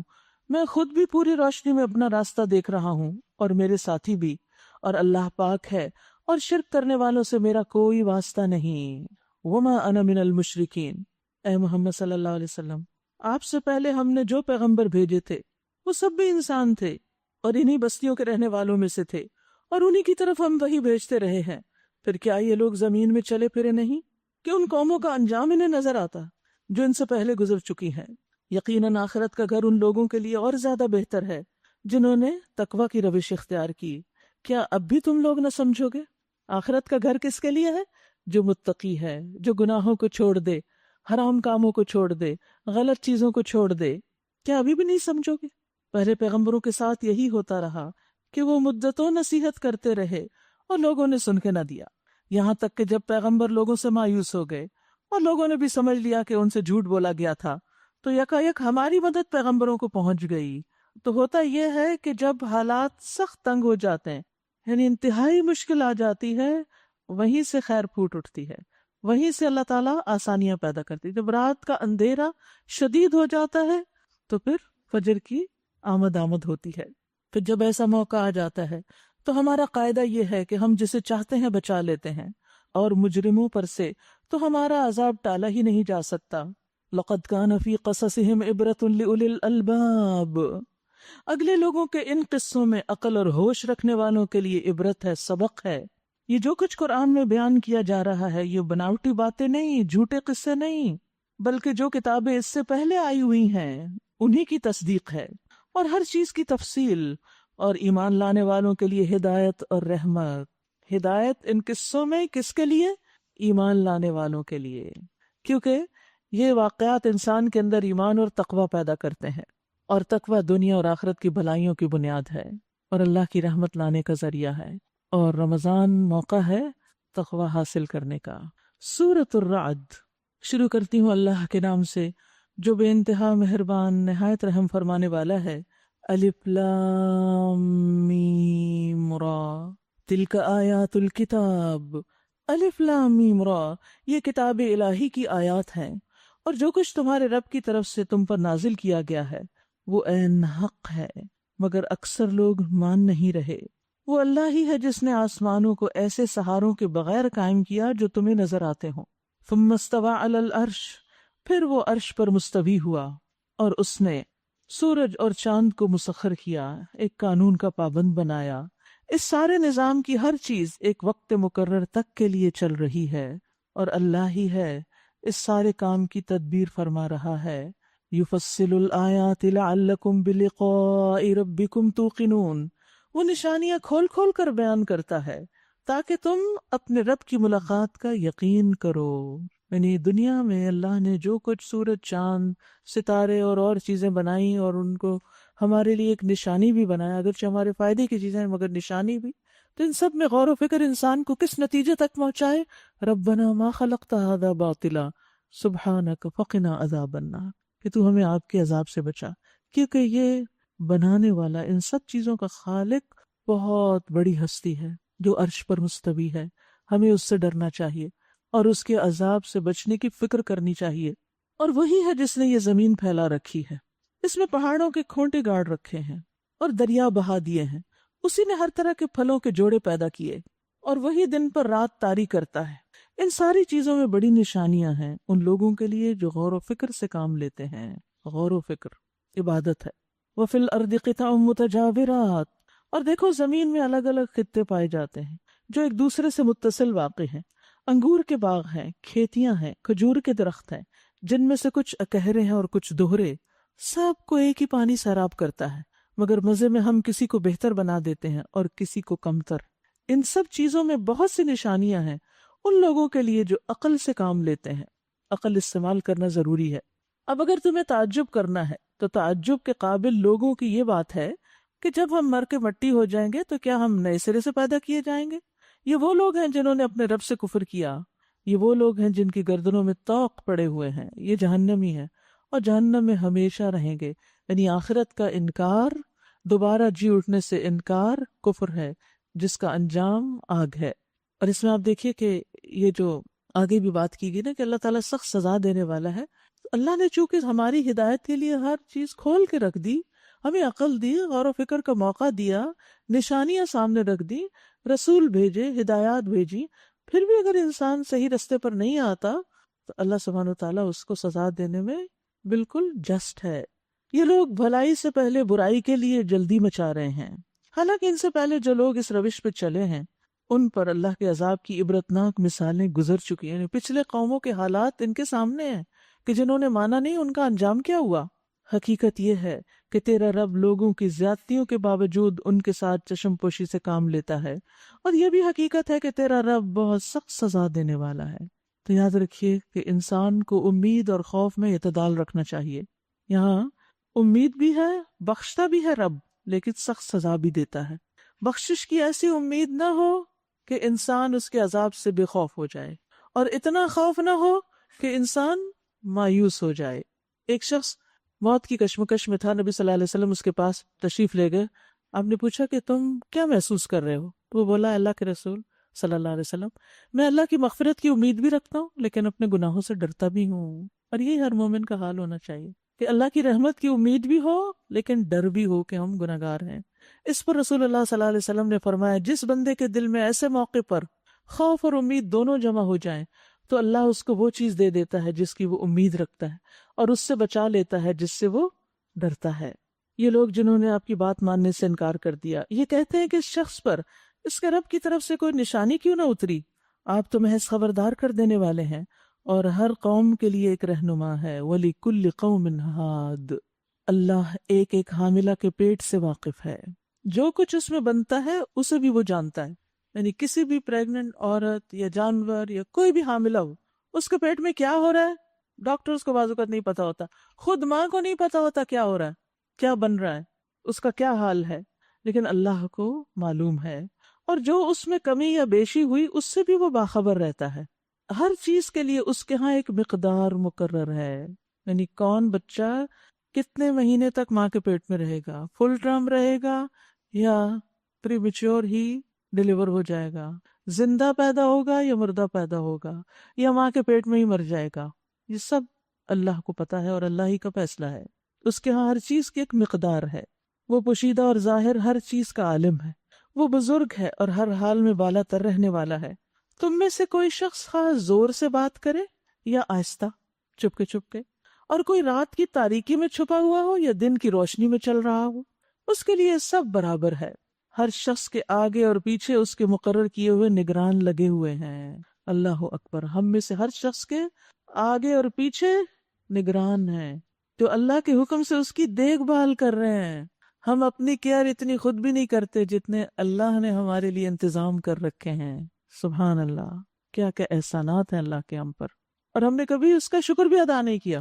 اگر ہم میں سے ہر ایک کو اپنے آگے پیچھے سیکیورٹی گارڈ رکھنے پڑتے ان تمام نقصان دینے والی چیزوں سے بچنے کے لیے جو انسان کو نقصان دیتی ہیں، جیسے جنات، ضرر پہنچانے والے انسان، کیڑے مکوڑے وغیرہ، جرمز، تو آپ دیکھیے کہ ان بیچاروں کو تو پتہ ہی نہیں چلتا کہ کیا کیا چیز کس وقت اٹیک کرنے والی ہے۔ اللہ نے فرشتے مقرر کیے جو ہماری حفاظت کریں، ہماری آنکھ تک کی حفاظت کے لیے اللہ نے فرشتے مقرر کر رکھے ہیں۔ مجاہد کہتے ہیں ہر انسان پر ایک فرشتہ مقرر ہے جو نیند کی حالت میں اور جاگتے ہوئے اس کی جنات، انسانوں، کیڑے مکوڑوں سے حفاظت کرتا ہے، سوائے اس چیز کے جس کی اللہ نے اجازت دی ہو تو وہ پہنچ کے رہتی ہے۔ وہ جراثیم پہنچ جاتے ہیں اس سے، وہ وائرسز آ جاتے ہیں، اسے پکڑ لیتے ہیں۔ کعب کہتے ہیں اگر اللہ عز و جل نے فرشتے مقرر نہ کیے ہوتے جو تمہارے کھانے پینے اور تمہارے پردے کی چیزوں میں تمہارا دفاع نہ کرتے تو یقیناً جن تمہیں اچک کے لے جاتے، تمہیں نہ چھوڑتے۔ اسی طرح جب انسان آیت الکرسی پڑھتا ہے تو رات کے وقت اللہ کی طرف سے اس کے لیے خاص محافظ مقرر کر دیا جاتا ہے اور شیطان کی طرف سے حفاظت ہوتی ہے۔ پھر اسی طرح مغرب کی نماز پڑھنے کے بعد 10 دفعہ پڑھا جاتا ہے لا الہ الا اللہ وحدہ لا شریک لہ لہ الملک و لہ الحمد یحیی و یمیت وہو علی کل شیء قدیر۔ حدیث میں آتا ہے جو مغرب کے بعد 10 بار پڑھے گا اللہ اس کی حفاظت کے لیے اسلحہ بردار فرشتے مقرر کریں گے جو اس کی صبح تک شیطان سے حفاظت کریں گے۔ لیکن بعض اوقات ایسا ہوتا ہے کہ ہم یہ چیزیں پڑھ بھی رہے ہوتے ہیں مگر حفاظت نہیں ہو رہی ہوتی، تو غور کیجئے کہ کیا آپ کوئی ایسا کام تو نہیں کر رہے، کوئی ایسی چیز تو آپ کے آس پاس نہیں کہ جو فرشتوں کے آنے میں رکاوٹ ہے۔ ہمارے کچھ اعمال اور کچھ ہمارے ماحول میں ایسی چیزیں ہوتی ہیں جن کی وجہ سے فرشتے ہم سے دور ہو جاتے ہیں، فرشتے نہیں آتے، پھر انسان کی حفاظت نہیں ہوتی چاہے وہ چیزیں پڑھتا بھی رہے۔ تو یاد رکھیے جہاں ایک طرف ہمیں اذکار کرنے ہیں، وظیفے کرنے ہیں، وہاں دوسری طرف حرام چیزوں سے بھی بچنا ہے، غلط کاموں سے بھی بچنا ہے۔ ہم میں سے ہر شخص دیکھے اپنی زندگی میں کون سا کام وہ اللہ کی نافرمانی کا کر رہا ہے جس کی وجہ سے وہ فرشتوں والی پروٹیکشن حاصل نہیں ہو رہی، اور شیطان ہے کہ وہ حملہ آور ہوتا ہی چلا جا رہا ہے۔ پھر اسی طرح اعمال ریکارڈ کرنے والے فرشتے بھی ہیں جو ہمارے ہر عمل کو لکھتے ہیں۔ ہم چھپ کے کوئی کام کریں یا سامنے کریں وہ لکھ لیتے ہیں۔ اگر انسان کو یہ احساس ہو جائے کہ میرے ساتھ فرشتے لگے ہوئے ہیں اور میری ہر چیز دیکھ رہے ہیں تو وہ کوئی غلط کام نہ کرے، کیونکہ ان سے تو کہیں بھی نہیں چھپ سکتے نا۔ اب دیکھیے کہ دنیا کی کسی حکومت، کسی آرگنائزیشن کی اگر کوئی پولیس، کوئی CID، کوئی اسپیشل سروسز والے آپ کی نگرانی کر رہے ہوں، دیکھ رہے ہوں آپ کیا کر رہے ہیں، کہاں جا رہے ہیں، کیا بول رہے ہیں، تو آپ کیا کریں گے؟ انتہائی محتاط۔ اچھا مجھے فالو کیا جا رہا ہے، اور کہیں چھپ جائیں گے کہ اچھا کوئی مجھے نہ پکڑے۔ پولیس کی موجودگی میں آپ ٹریفک کا قانون نہیں توڑتے۔ مہذب قوموں میں لوگ پولیس ہو یا نہ ہو خود احتیاط کرتے ہیں، اور اگر ہو تو ذرا اور کانشیس ہو جاتے ہیں۔ اگر ہمیں ذرا بھی ایمان ہو ان فرشتوں پر جو دائیں بائیں ہیں، ہمارے عمل لکھ رہے ہیں، تو ہم احتیاط کریں گے یا نہیں کریں گے؟ پھر کبھی چھپ کے کوئی غلط کام کریں گے؟ کوئی حرام کام کریں گے؟ نہیں۔ تو جب اس سے غفلت ہوتی ہے نا ہم دیکھتے ہیں لوگ نہیں دیکھ رہے، موج کرو، تو وقتی آپ کو رسوائی کا ڈر ہے نا، لیکن یہ جو لکھ کے روز لے جا رہے ہیں نا، وہاں سب کھل جائے گا، سب کے سامنے آ جائے گا، پھر انسان کہیں چھپ نہیں پائے گا۔ تو اس لیے انسان کو ان فرشتوں سے احتیاط کرنی چاہیے، شرم آنی چاہیے۔ فرمایا ہر شخص کے آگے اور پیچھے اس کے مقرر کیے ہوئے نگران لگے ہوئے ہیں جو اللہ کے حکم سے اس کی دیکھ بھال کر رہے ہیں، حفاظت کر رہے ہیں، نگرانی کر رہے ہیں۔ حقیقت یہ ہے کہ اللہ کسی قوم کے حال کو نہیں بدلتا جب تک وہ خود اپنے اوصاف نہیں بدل دیتی، اور جب اللہ کسی قوم کی شامت لانے کا فیصلہ کر لے تو پھر وہ کسی کے ٹالے نہیں ٹل سکتی۔ نہ اللہ کے مقابلے میں ایسی قوم کا کوئی حامی و مددگار ہو سکتا ہے۔ پھر اللہ تعالیٰ ڈھیل دیتا ہے، مہلت دیتا ہے، پھر پکڑتا ہے، اور جب پکڑتا ہے تو پھر کوئی چھڑا نہیں سکتا، کوئی مددگار آگے نہیں آ سکتا، اور دنیا میں ہو سکتا ہے کوئی بیچ میں پڑ جائے، کوئی بچاؤ کر لے، لیکن اللہ کے ہاں کوئی نہیں بچا سکتا۔ وہی ہے جو تمہارے سامنے بجلیاں چمکاتا ہے، جنہیں دیکھ کر تمہیں اندیشے بھی لاحق ہوتے ہیں اور امیدیں بھی بنتی ہیں، یعنی عذاب سے ڈر بھی لگتا ہے کہ ہمارے اوپر ہی نہ گر جائے بجلی، اور امید بھی لگتی ہے کہ بارش آئے گی۔ وہی ہے جو پانی سے لدے ہوئے بادل اٹھاتا ہے، بادلوں کی گرج اس کی حمد کے ساتھ اس کی پاکی بیان کرتی ہے، سبحان اللہ، اور فرشتے اس کی ہیبت سے لرزتے ہوئے اس کی تسبیح کرتے ہیں۔ لیکن افسوس کہ انسان نہیں ڈرتا، ایسی چیزوں کو دیکھتا ہے اور پرواہ نہیں کرتا۔ وہ کڑکتی ہوئی بجلیوں کو بھیجتا ہے اور بسا اوقات انہیں جس پر چاہتا ہے عین اس حالت میں گرا دیتا ہے جبکہ لوگ اللہ کے بارے میں جھگڑے کر رہے ہوتے ہیں۔ فی الواقع اس کی چال بڑی زبردست ہے۔ عبداللہ بن زبیر کے بارے میں کہا جاتا ہے کہ جب وہ بادل کے گرجنے کی آواز سنتے تو چپ ہو جاتے تھے، اپنی گفتگو چھوڑ دیتے تھے اور کہتے تھے سبحان من یسبح الرعد بحمدہ والملائکۃ من خیفتہ، پاک ہے وہ ذات کہ بادل کی گرج اس کی حمد کے ساتھ اس کی تسبیح کرتی ہے اور فرشتے بھی اس کے خوف سے اس کی تسبیح کرتے ہیں۔ تو ہمیں بھی کیا کرنا چاہیے ایسے موقع پر؟ ہمیں بھی تسبیح کرنی چاہیے۔ اور وہ کہتے تھے کہ بادل کا گرجنا زمین والوں کے لیے ایک شدید وعید ہے، دھمکی ہے، یعنی ایک طرح سے ڈراوا ہے کہ باز آ جاؤ اپنے برے کاموں سے۔ نبی صلی اللہ علیہ وسلم بادل دیکھ کے گھبرا جایا کرتے تھے۔ حضرت عائشہ کہتی ہیں کہ ہم تو بادل دیکھ کے خوش ہوتے ہیں کہ بارش آئے گی، اور آپ ڈر جاتے ہیں۔ تو آپ نے فرمایا کہ ہاں، اس لیے کہ ایک قوم کے لیے بادل ہی عذاب بن گئے تھے، جس سے بارش کی بجائے آگ برسی تھی، کیونکہ انہوں نے بھی یہی کہا تھا کہ یہ بادل ہے جو ہم پہ برسے گا، لیکن بادل بارش برسانے کی بجائے آگ برسانے لگا، سب کو جلا دیا۔ اسی کو پکارنا برحق ہے۔ رہی وہ دوسری ہستیاں جنہیں اس کو چھوڑ کر یہ لوگ پکارتے ہیں، وہ ان کی دعاؤں کا کوئی جواب نہیں دے سکتے۔ اللہ کے علاوہ اگر آپ کسی اور سے دعا کرتے ہیں تو وہ آپ کی دعا نہیں سنتے، یا سنے بھی تو کوئی جواب نہیں دے سکتے، قبول نہیں کر سکتے، کیونکہ ان کے پاس کوئی اختیار ہی نہیں۔ انہیں پکارنا تو ایسا ہے جیسے کوئی شخص پانی کی طرف ہاتھ پھیلا کر اس سے درخواست کرے کہ تو میرے منہ تک آ جا، حالانکہ پانی اس تک خود پہنچنے والا نہیں۔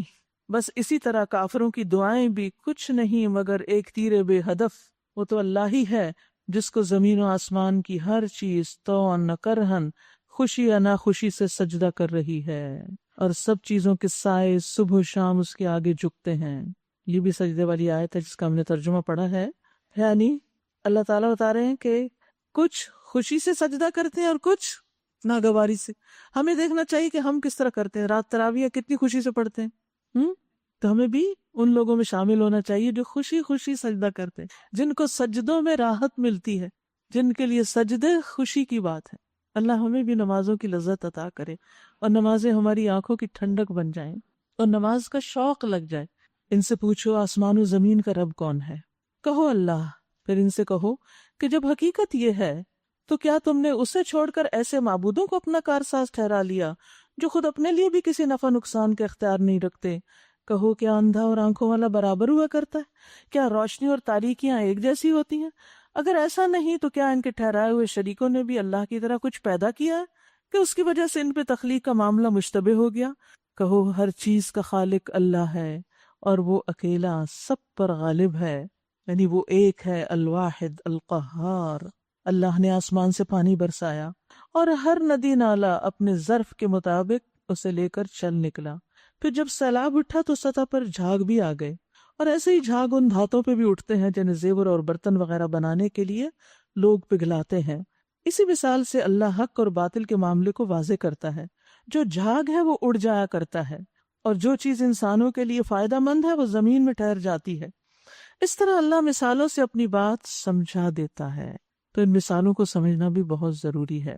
اور اس میں آپ دیکھیے کہ خاص طور پر یہ جو مثال دی گئی ہے نا کہ اللہ نے آسمان سے پانی برسایا، تو آسمان سے اترنے والی وحی کو بھی بارش سے تشبیہ دی گئی ہے، کیونکہ بارش زمین کے لیے زندگی ہے اور علم دلوں کی زندگی ہے۔ علم کی مجلسوں میں بیٹھیں گے، پڑھیں گے، سیکھیں گے تو دل زندہ ہوں گے، دلوں میں تقویٰ آئے گا، جیسے کہ پانی کے ساتھ جسم زندہ ہوتے ہیں، اور دلوں کو ندی نالوں کے ساتھ تشبیہ دی گئی ہے۔ اور ویسے دیکھا جائے فزیکلی بھی تو اس میں آرٹریز اور وینز جو ہیں وہ ندی نالے ہی ہیں، کیونکہ علم کا مقام دل ہے۔ جیسے نہریں، ندی نالے پانی کا مقام ہے، پانی وہاں ہوتا ہے، خون وہاں دوڑتا ہے۔ کچھ دل بہت زیادہ علم کی گنجائش رکھتے ہیں، ان کی آرٹریز کھلی ہوتی ہیں، خوب فلو ہو رہا ہوتا ہے، کوئی بیماری نہیں لگتی ان کو، دل فل کیپیسٹی میں کام کر رہا ہے۔ اور کچھ کی آرٹریز تنگ ہوتی ہیں یا بلاک ہو جاتی ہیں، وہ دل کم علم کی گنجائش رکھتے ہیں، ان کے اندر گھٹن ہوتی ہے، وہاں علم فلو نہیں کر سکتا، لہٰذا جسم اور روح بیمار ہی رہتی ہے۔ تو اس کے لیے ضروری ہے کہ یہ ندی نالے کھلے رہیں، یہ پانی آتا جاتا رہے، علم کے پانی سے اپنے آپ کو کبھی بھی محروم نہ کریں۔ للذین استجابوا لربہم الحسنی، جن لوگوں نے اپنے رب کی دعوت قبول کر لی ان کے لیے بھلائی ہے، اور جنہوں نے اسے قبول نہیں کیا اگر وہ زمین کی ساری دولت کے بھی مالک ہو جائیں اور اتنی ہی اور فراہم کر لیں تو وہ اللہ کی پکڑ سے بچنے کے لیے اس سب کو فدیے میں دے ڈالنے پر تیار ہو جائیں گے۔ یہ وہ لوگ ہیں جن سے بری طرح حساب لیا جائے گا، اور ان کا ٹھکانہ جہنم ہے، بہت ہی برا ٹھکانہ۔ یعنی جس رب کو چھوڑ کر یہ دنیا کا سامان اکٹھا کر رہے ہیں، آخرت میں یہی سامان اگر اللہ کے سامنے پیش کریں کہ یہ لے لیں اور ہمیں چھوڑ دیں تو چھوٹیں گے نہیں۔ بھلا یہ کس طرح ممکن ہے کہ وہ شخص جو تمہارے رب کی اس کتاب کو جو اس نے تم پر نازل کی ہے حق جانتا ہے، اور وہ شخص جو اس حقیقت کی طرف سے اندھا ہے دونوں برابر ہو جائیں۔ اللہ اکبر۔ قرآن کو پڑھنے والے، جاننے والے اور نہ جاننے والے ایک جیسے نہیں ہوتے۔ نصیحت تو عقل مند لوگ ہی قبول کرتے ہیں، لیکن یاد رکھیے ایک دفعہ پڑھنا کافی نہیں ہوتا، بھول جاتا ہے انسان، اور خاص طور پر اگر اس کا ماحول ایسا نہ رہے تو سب ایسا صاف ہوتا ہے کہ ایک لفظ بھی یاد نہیں رہتا۔ جو حدیث میں آتا ہے نا کہ قرآن جو ہے وہ اس اونٹ سے بھی زیادہ تیزی سے بھاگ جاتا ہے جو رسی سے بندھا ہوا نہ ہو، تو یہ رسی کو پکڑ کے رکھنا ہے، وَاعْتَصِمُوا بِحَبْلِ اللَّهِ جَمِيعًا۔ رمضان کے بعد بھی آپ نے رسی کو پکڑے رکھنا ہے انشاءاللہ۔ تو خوب عبادت کیجیے اور آخری عشرے میں اعتکاف کیجیے، عید کیجیے، چھٹیاں منائیے، پھر رمضان کے بعد پھر کچھ پڑھنا شروع کیجیے۔ اس کام کو چھوڑیے نہیں، اپنے اپنے وقت اور سہولت کے مطابق اپنے آپ کو باندھے رکھیں، علم کی مجلس سے، قرآن کے ساتھ مسلسل اس سے ڈوز لیتے رہیں اور سرابی کرتے رہیں، دل کی نالیاں کھلی رکھیں۔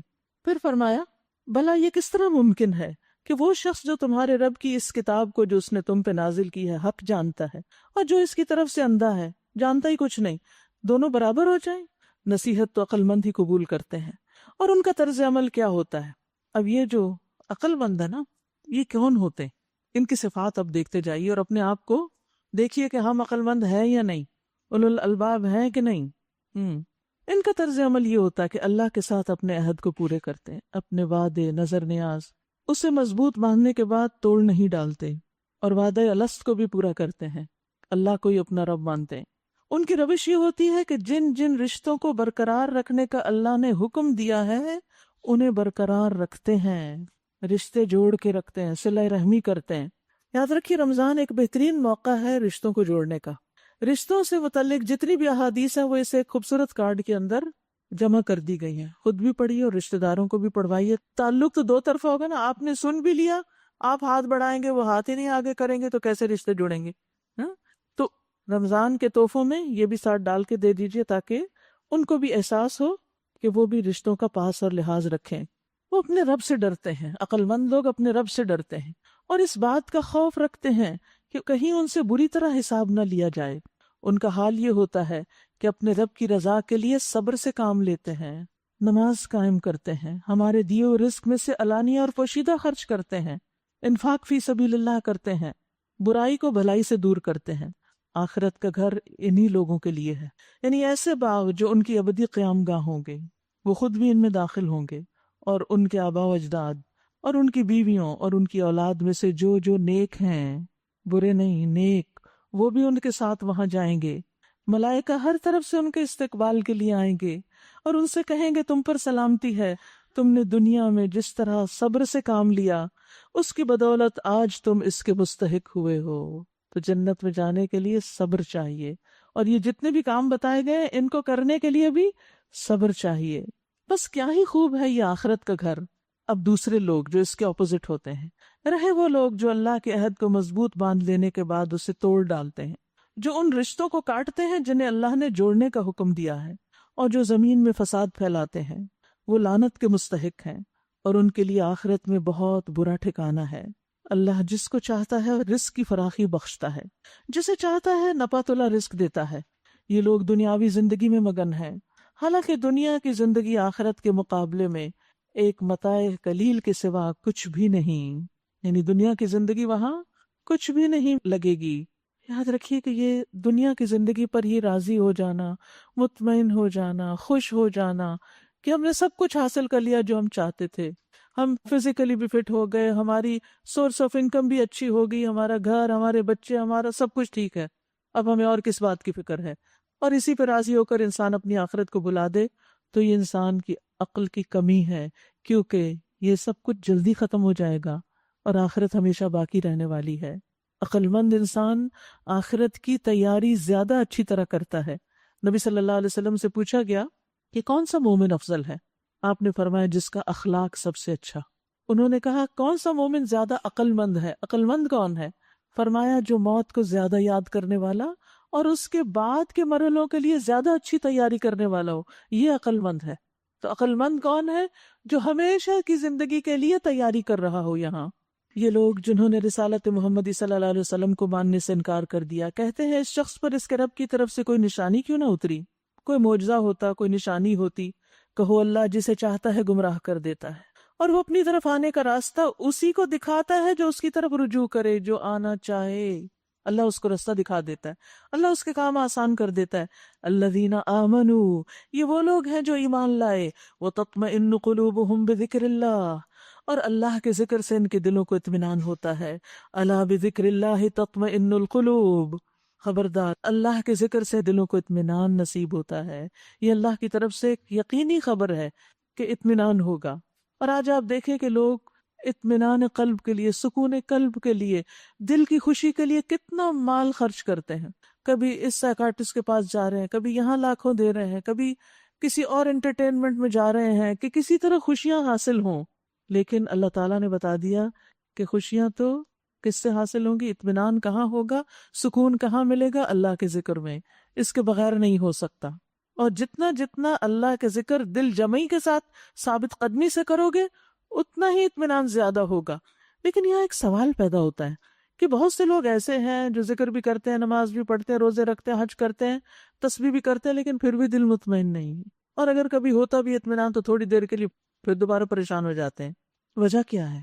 یاد رکھیے، ہم آیت کے صرف آخری حصے کو پڑھتے ہیں، الا بذکر اللہ تطمئن القلوب، پہلے حصے کو بھول جاتے ہیں۔ پہلا حصہ کیا کہتا ہے؟ الذین آمنوا، پہلے ایمان جگائیں، ایمان جگائیں گے تو اطمینان قلب نصیب ہوگا، پھر ذکر فائدہ دے گا، ٹھیک ہے؟ اور ذکر میں سب سے بڑا ذکر قرآن ہے، یہ ایمان کی شمع ہے، اطمینان کا راستہ ہے، اور ایمان کے بغیر نہ کوئی راحت ہے، نہ کوئی اطمینان ہے۔ تو یاد رکھیے، وہ دل جو اپنے رب کا ذکر کرتا ہے، اس قرآن کو پڑھتا ہے، اور جو ذکر نہیں کرتا، اس کی مثال زندہ اور مردہ کی سی ہے۔ تو اگر ہم چاہتے ہیں ہمارے دلوں کو اطمینان نصیب ہو تو کیا کرنا ہوگا؟ اس قرآن کے ساتھ مضبوط تعلق قائم کرنا ہوگا۔ الذین آمنوا وعملوا الصالحات، وہ جو ایمان لائے اور نیک عمل کرتے ہیں۔ نیک عمل کہاں لکھے ہوئے ہیں؟ قرآن میں، قرآن سے پتہ چلتے ہیں۔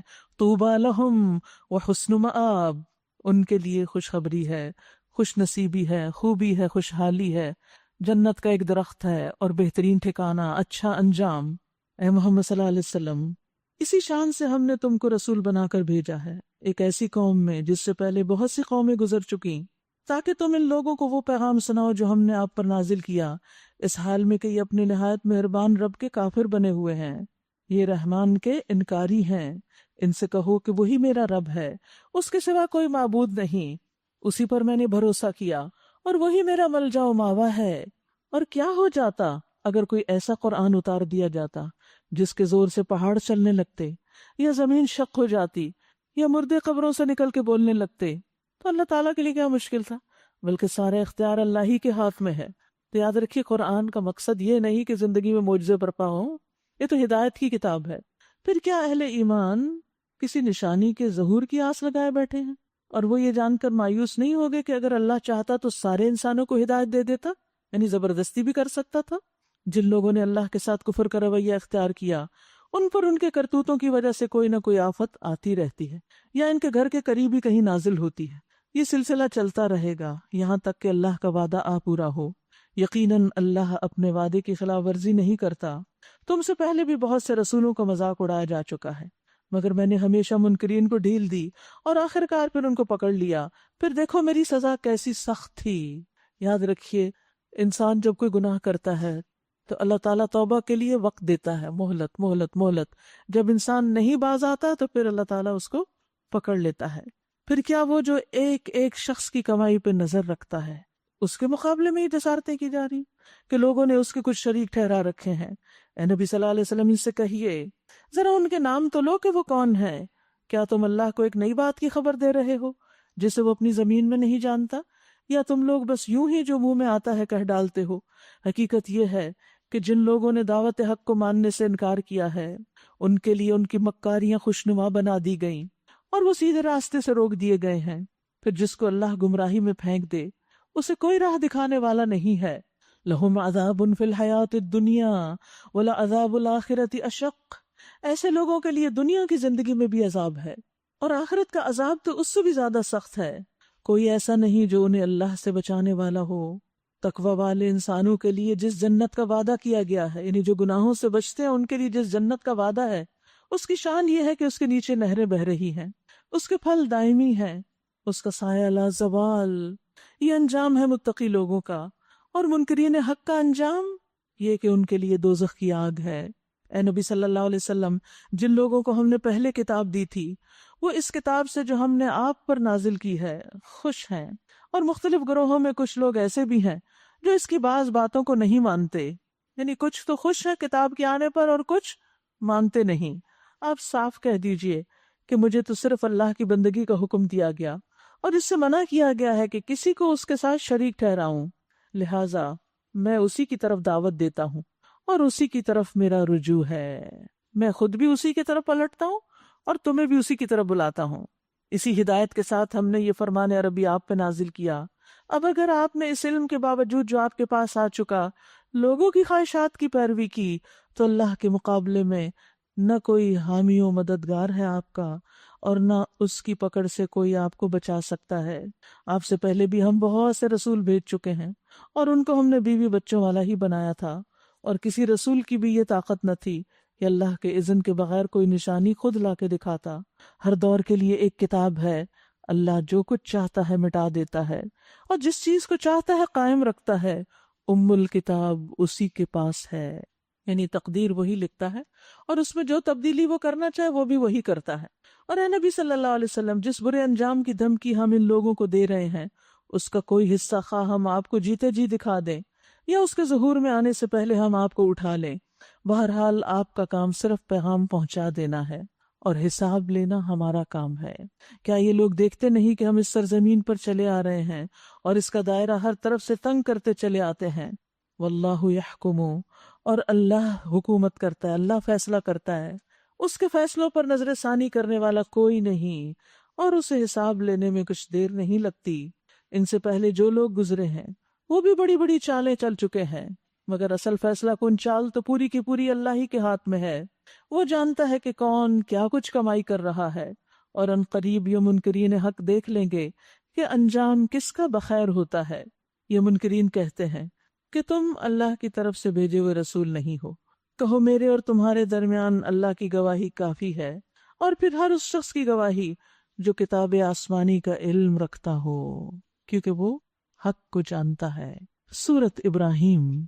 شروع کرتی ہوں اللہ کے نام سے جو بے انتہا مہربان نہایت رحم فرمانے والا ہے۔ الف لام را، کتاب انزلناہ الیک لتخرج الناس من الظلمات الى النور باذن ربهم الى صراط العزیز الحمید۔ الف لام را، یہ ایک کتاب ہے جس کو ہم نے آپ کی طرف اتارا ہے تاکہ آپ لوگوں کو اندھیروں سے نکال کے روشنی کی طرف لے آئیں۔ یہ کتاب انسان کو اندھیروں سے نکالتی ہے، پریشانیوں سے نکالتی ہے، ان کے رب کی توفیق سے اس اللہ کے راستے پر جو زبردست اور اپنی ذات میں آپ محمود ہے، اور زمین اور آسمانوں کی ساری موجودات کا مالک ہے، اور سخت تباہ کن سزا ہے قبول حق سے انکار کرنے والوں کے لیے۔ کون ہے وہ؟ جو دنیا کی زندگی کو آخرت پر ترجیح دیتے ہیں، یعنی صرف دنیا کے عیش و عشرت کو دیکھتے ہیں، دنیا کی لذتوں کو، دنیا کی نعمتوں کو، دنیا کا لالچ۔ اگر وہ دین کی طرف آتے ہیں تو اس میں بھی دنیا کا لالچ، حالانکہ اس سے منع کیا گیا ہے۔ رسول اللہ صلی اللہ علیہ وسلم نے فرمایا، وہ شخص جس نے اس علم کو جس سے اللہ کی خوشنودی حاصل کی جاتی ہے اس لیے سیکھا کہ اس کے ذریعے اسے دنیا کا کچھ مال و متاع مل جائے، تو ایسا شخص قیامت کے دن جنت کی خوشبو بھی نہ پا سکے گا۔ تو دین کا علم، قرآن کا علم انسان کو خالص نیت سے حاصل کرنا چاہیے کہ ہم اپنے آپ کو بہتر مسلمان بنا سکیں، جو دنیا کی زندگی کو آخرت پر ترجیح دیتے ہیں، جو اللہ کے راستے سے لوگوں کو روک رہے ہیں اور چاہتے ہیں کہ یہ راستہ ٹیڑھا ہو جائے۔ یہ لوگ گمراہی میں بہت دور نکل گئے ہیں۔ ہم نے اپنا پیغام پہنچا دینے کے لیے جب کبھی کوئی رسول بھیجا اس نے اپنی قوم ہی کی زبان میں پیغام دیا تاکہ وہ انہیں اچھی طرح بات کھول کر سمجھا دے۔ پھر اللہ جسے چاہتا ہے بھٹکا دیتا ہے اور جسے چاہتا ہے ہدایت بخشتا ہے، وہ بالادست اور حکیم ہے۔ ہم اس سے پہلے موسیٰ کو بھی اپنی نشانیوں کے ساتھ بھیج چکے ہیں۔ اسے بھی ہم نے حکم دیا تھا کہ اپنی قوم کو تاریکیوں سے نکال کر روشنی میں لاؤ اور تاریخ الہی کے سبق آموز واقعات سنا کر نصیحت کرو۔ ان واقعات میں بڑی نشانیاں ہیں ہر اس شخص کے لیے جو صبر اور شکر کرنے والا ہو۔ اور یہ بات بار بار آتی ہے کہ صبر اور شکر ساتھ ساتھ آتے ہیں، یعنی انسان یا تو خوشحالی کے حال میں ہوتا ہے یا تکلیف میں، یا نعمتیں ہوتی ہیں یا مصیبتیں. تو انسان جب تکلیف پر صبر کرتا ہے تو اسے اللہ کی نشانیاں نظر آتی، اور جن نعمت پر شکر کرتا ہے تو بھی وہ اللہ کی رحمتوں کو محسوس کر لیتا ہے. اور اس طرح اللہ تعالیٰ ایسے بندے کو نیک اعمال کی توفیق دیتا ہے. یاد کرو جو موسیٰ علیہ السلام نے اپنی قوم سے کہا کہ اللہ کے اس احسان کو یاد رکھو جو اس نے تم پر کیا ہے. اس نے تمہیں فرعون والوں سے چھڑایا جو تمہیں سخت تکلیفیں دیتے تھے، تمہارے لڑکوں کو قتل کر ڈالتے، تمہاری عورتوں کو زندہ بچا رکھتے. اس میں تمہارے رب کی طرف سے بڑی آزمائش تھی. وَإِذْ تَأَذَّنَ رَبُّكُمْ، جب خبردار کر دیا تمہارے رب نے، اعلان کر دیا کس بات کا؟ لَإِن شَكَرْتُمْ لَأَزِيدَنَّكُمْ، کہ اگر تم شکر ادا کرو گے تو میں تمہیں ضرور ضرور زیادہ دوں گا، اور اگر تم نے ناشکری کی تو میری سزا بھی بہت سخت ہے. یاد رکھیے نعمتوں میں اضافہ شکر سے ہوتا ہے، لیکن عام طور پر ہم شکر کا حقیقی مفہوم نہیں جانتے. اصل میں شکر کہتے ہیں نعمت دینے والے کی نعمت کا عاجزی، انکساری اور محبت سے اعتراف کرنا کہ یہ نعمت اللہ نے ہمیں دی. کیسے اعتراف؟ عاجزی کے ساتھ، انکساری اور محبت کے ساتھ. تو جو شخص نعمت کو نہیں پہچانتا وہ اس کا شکر بھی ادا نہیں کرتا. جب ہمیں یہ یاد نہیں رہتا نا ہمارے پاس کیسی کیسی نعمتیں، تو ہم شکر کہاں سے کریں گے؟ لیکن جو نعمت کو تو پہچانتا ہے لیکن نعمت دینے والے کو نہیں پہچانتا کہ کس نے دی ہے، کہاں سے آئی ہے، تو وہ بھی اس کا شکر ادا نہیں کر سکتا. اور جو نعمت اور نعمت دینے والے کو پہچانتا ہے لیکن نعمت کا انکار کرتا ہے، اور اس کو نعمت دینے والے کی نعمت بھی نہیں سمجھتا، اس کا بھی انکار کر دیتا ہے، تو وہ بھی ناشکری کرتا ہے. تو اصل شکر کیا ہے؟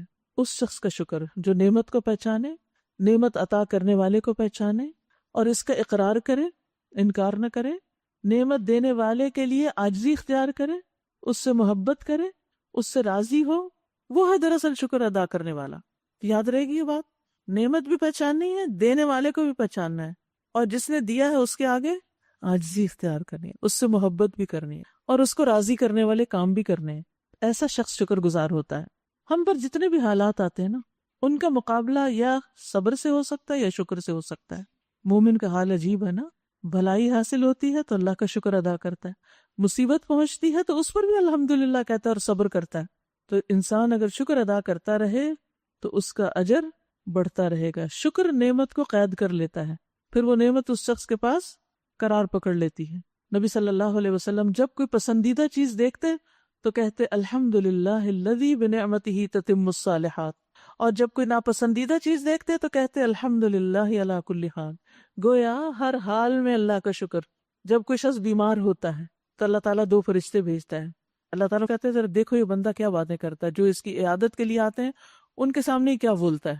اگر وہ اللہ کی تعریف کرتا ہے تو دونوں فرشتے اللہ تعالیٰ کی طرف جاتے ہیں، حالانکہ اللہ کو خود بھی پتا ہے کہ بندے نے کیا کہا. تو پھر ان کا جواب سن کے اللہ تعالیٰ فرماتے ہیں میرے بندے کا مجھ پہ حق ہے کہ اگر میں اسے فوت کر دوں تو اسے جنت میں داخل کروں گا، اور اگر میں اسے شفا دوں تو پہلے گوشت سے اچھا گوشت اور پہلے خون سے اچھا خون عطا کروں گا، پھر اس کے گناہوں کو اس سے معاف کر دوں گا. تو یہ ہے اس بندے کا ریوارڈ جو تکلیف میں اللہ کا شکر گزار ہوتا ہے. لیکن ناشکری کرنے والے، نبی صلی اللہ علیہ وسلم نے فرمایا یہ فساق جہنمی ہے. کہا گیا اللہ کے رسول فساق کون ہے؟ یہ مسند احمد کی روایت. فرمایا عورتیں. ایک آدمی نے کہا اللہ کے رسول تو ہماری مائیں، بہنیں اور بیویاں ہیں. آپ نے فرمایا جی ہاں، لیکن جب ان کو نعمتیں ملتی ہیں تو شکر نہیں کرتی، اور جب ان کو آزمایا جاتا ہے تو صبر نہیں کرتی. تو عورتوں کے لیے صبر اور شکر اور زیادہ مشکل کام ہے. لہٰذا مزید کوشش کی ضرورت ہے تاکہ ہم اس کیٹیگری میں شامل نہ ہوں. جو بھی ہمیں ملا ہے، جتنا بھی ہمارے پاس، اس کو اپریشیٹ کریں. جس نے بھی دیا ہے اس کا بھی شکریہ ادا کریں، اور سب سے بڑھ کر اللہ کا شکر. ہر وقت شکوے اور گلے نہ رکھیں، یہ نہیں زندگی میں، وہ نہیں، بچے ایسے، ہسبینڈ ایسے، کاروبار ایسا، فلاں ایسا.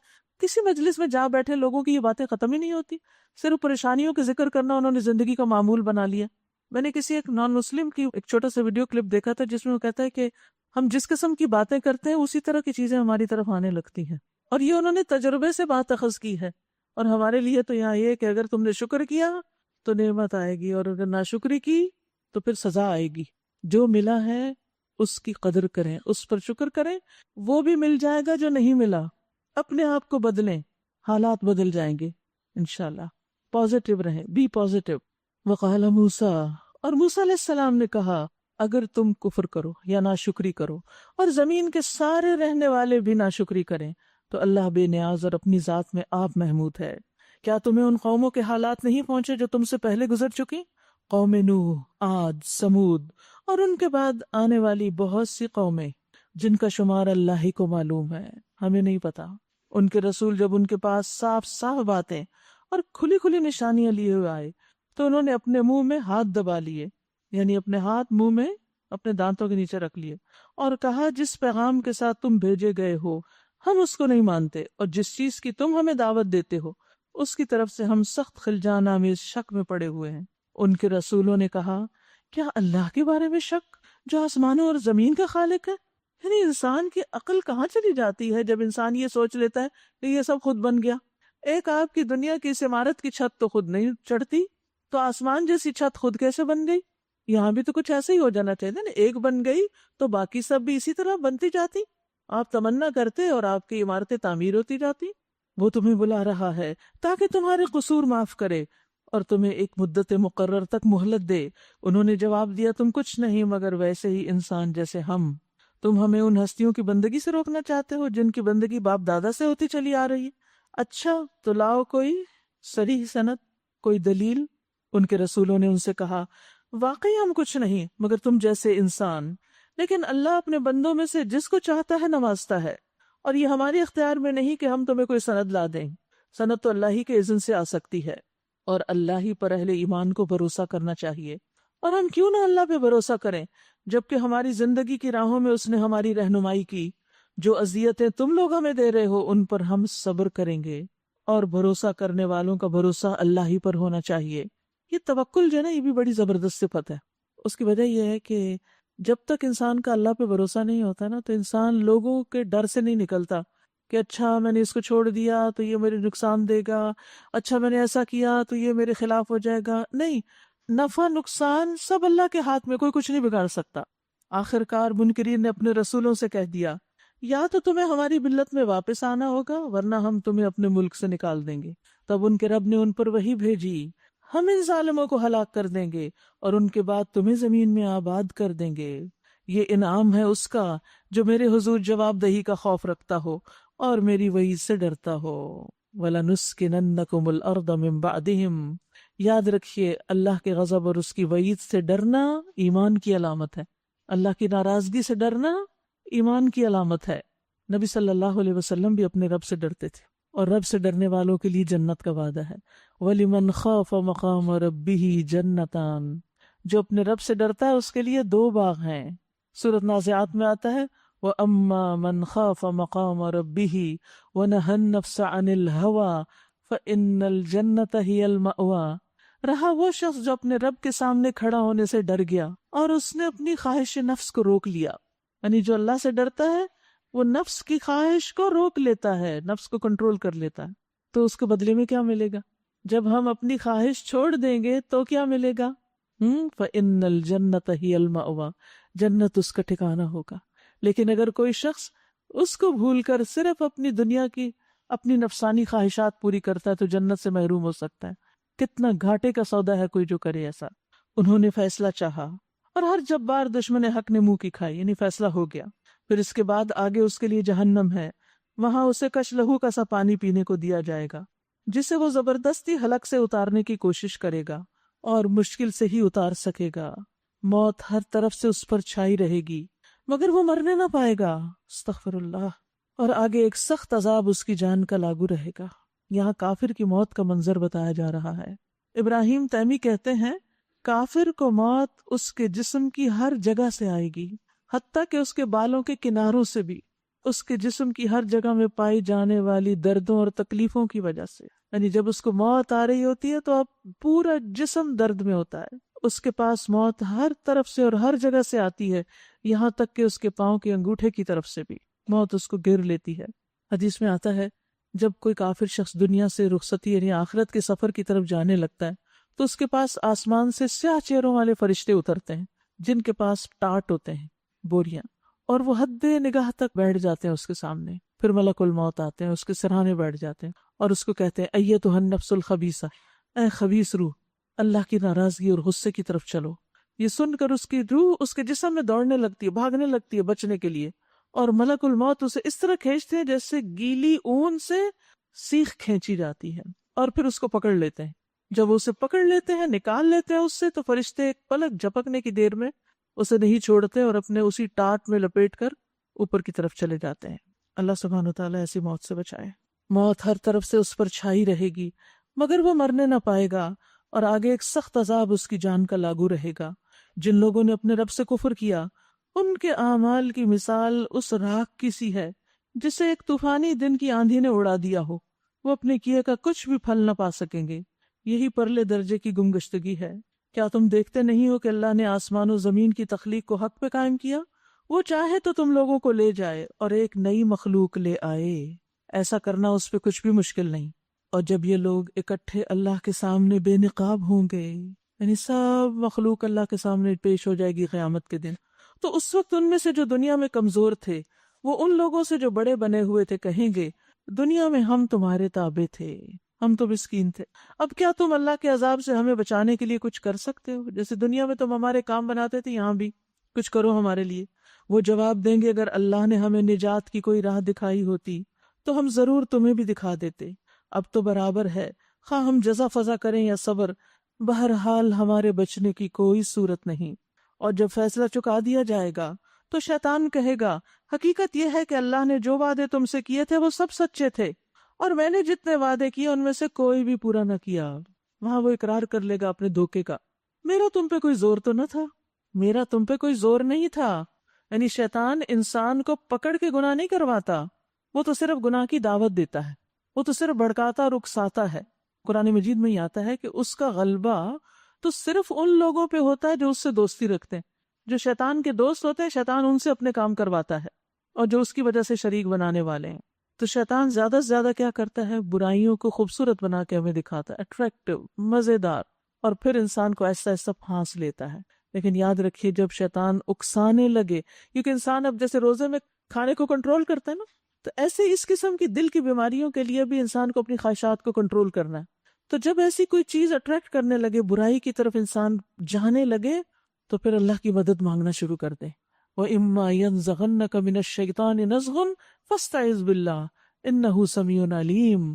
اور اگر کبھی شیطان کی طرف سے کوئی اکساہٹ تجھے ابھار دے، یعنی برا کرنے پہ، تو اللہ کی پناہ طلب کر لو، بے شک وہ سب کچھ سننے والا، جاننے والا ہے۔ وہ اس وقت تمہاری دعا سن رہا ہوتا ہے، مانگو اس سے کہ یا اللہ تو مجھے بچا لے، میں کمزور ہوں، میں پھر پھسلنے لگا ہوں۔ تو یاد رکھیے، اللہ کے بندے، اللہ کے دوست، اللہ ان کے اندر استقامت پیدا کرتا ہے جو اللہ کو پکڑ لیتے ہیں۔ جب خواہشات حملہ کرتی ہیں تو وہ انہیں پکا ارادہ دے دیتا ہے اور وہ پھسلتے نہیں پھر، کیونکہ وہ اللہ کے حکم کو اپنی خواہش میں مد نظر رکھتے ہیں، جیسے یوسف علیہ السلام نے کیا تھا۔ جب اس عورت نے ان کو بلایا تو انہوں نے کیا کہا کہ میں یہ کیسے کر سکتا ہوں، اللہ کی مدد لی، اور انہوں نے اللہ کی برہان دیکھ لی۔ تو شیطان کیا کہتا ہے پھر؟ میرا تم پہ کوئی زور نہیں تھا، میں نے تو اس کے سوا کچھ نہیں کیا کہ اپنے راستے کی طرف تمہیں دعوت دی اور تم نے میری دعوت قبول کر لی۔ اب مجھے ملامت نہ کرو، اپنے آپ ہی کو کرو۔ یہاں نہ میں تمہاری فریاد رسی کر سکتا ہوں اور نہ تم میری، یعنی ہم دونوں ایک دوسرے کے کام نہیں آ سکتے، اب رونے دھونے کی ضرورت نہیں، فائدہ نہیں۔ اس سے پہلے جو تم نے مجھے اللہ کے ساتھ شریک بنا رکھا تھا، میں اس سے بری ذمہ ہوں۔ ایسے ظالموں کے لیے تو دردناک سزا یقینی ہے، بخلاف اس کے جو لوگ دنیا میں ایمان لائے اور جنہوں نے نیک کام کیے۔ اپنے ہر کام پہ سوچا کریں یہ نیک کام ہے یا نہیں۔ جب بھی کچھ کرنے لگے تو سوچا کریں یہ کام جو میں کر رہی ہوں، یہ جس راستے میں جا رہی ہوں، یہ اچھا ہے کہ نہیں، اللہ کو پسند ہے کہ نہیں۔ اگر نہیں تو چھوڑ دیں، موت کا نہیں پتہ کب آ جائے، تو اللہ کی ناراضگی میں دنیا سے نہ جائیں۔ تو جو لوگ نیک عمل کریں وہ ایسے باغوں میں داخل کیے جائیں گے جن کے نیچے نہریں بہتی ہوں گی، وہاں وہ اپنے رب کے اذن سے ہمیشہ رہیں گے، وہاں ان کا استقبال سلامتی کی مبارکباد سے کیا جائے گا، تحیتہم فیہا سلام، اور آپس میں بھی ایک دوسرے کو خوب سلام کر رہے ہوں گے۔ الم تر کیف ضرب اللہ مثلا کلمۃ طیبۃ کشجرۃ طیبۃ اصلھا ثابت وفرعھا فی السماء۔ کیا تم دیکھتے نہیں کہ اللہ نے کلمہ طیبہ کو کس چیز کے ساتھ مثال دی؟ اس کی مثال ایسی ہے جیسے ایک اچھی ذات کا درخت، طیب درخت، پاکیزہ درخت، عمدہ درخت، حدیث سے پتہ چلتا کھجور کا درخت، جس کی جڑ زمین میں گہری جمی ہوئی ہے، شاخیں آسمان تک پہنچی ہوئی ہیں، خوب بلند اونچا درخت ہے، ہر آن وہ اپنے رب کے حکم سے پھل دے رہا ہے۔ یہ مثالیں اللہ اس لیے دیتا ہے کہ لوگ اس سے سبق لیں۔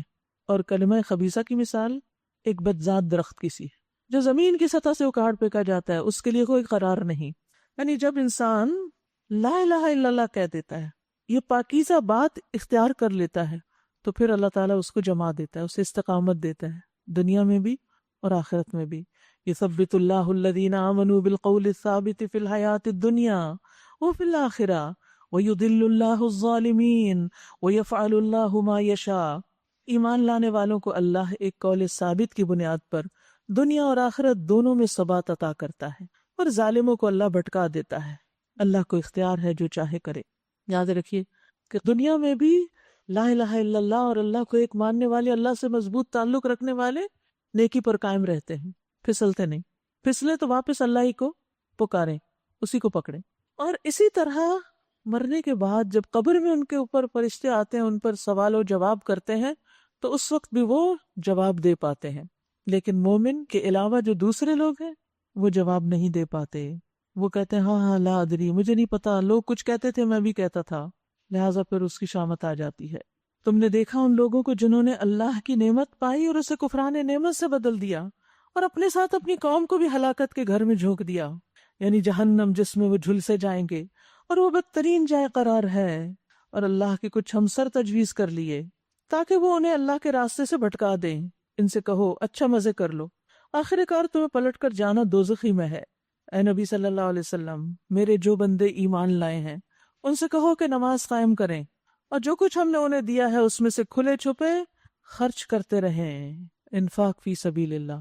اور رمضان میں چونکہ خیر و برکت کا مہینہ ہے، جب آپ اللہ کے راستے میں خرچ کریں گے تو آپ کے مال میں بھی برکت ہوگی، اور جن جن پروجیکٹس میں آپ لگائیں گے، جن جگہوں پر آپ دیں گے، انشاءاللہ اس میں بھی خیر و بلائی آئے گی، قبل اس کے کہ وہ دن آ جائے جس میں نہ خرید و فروخت ہوگی نہ دوست نوازی ہوگی۔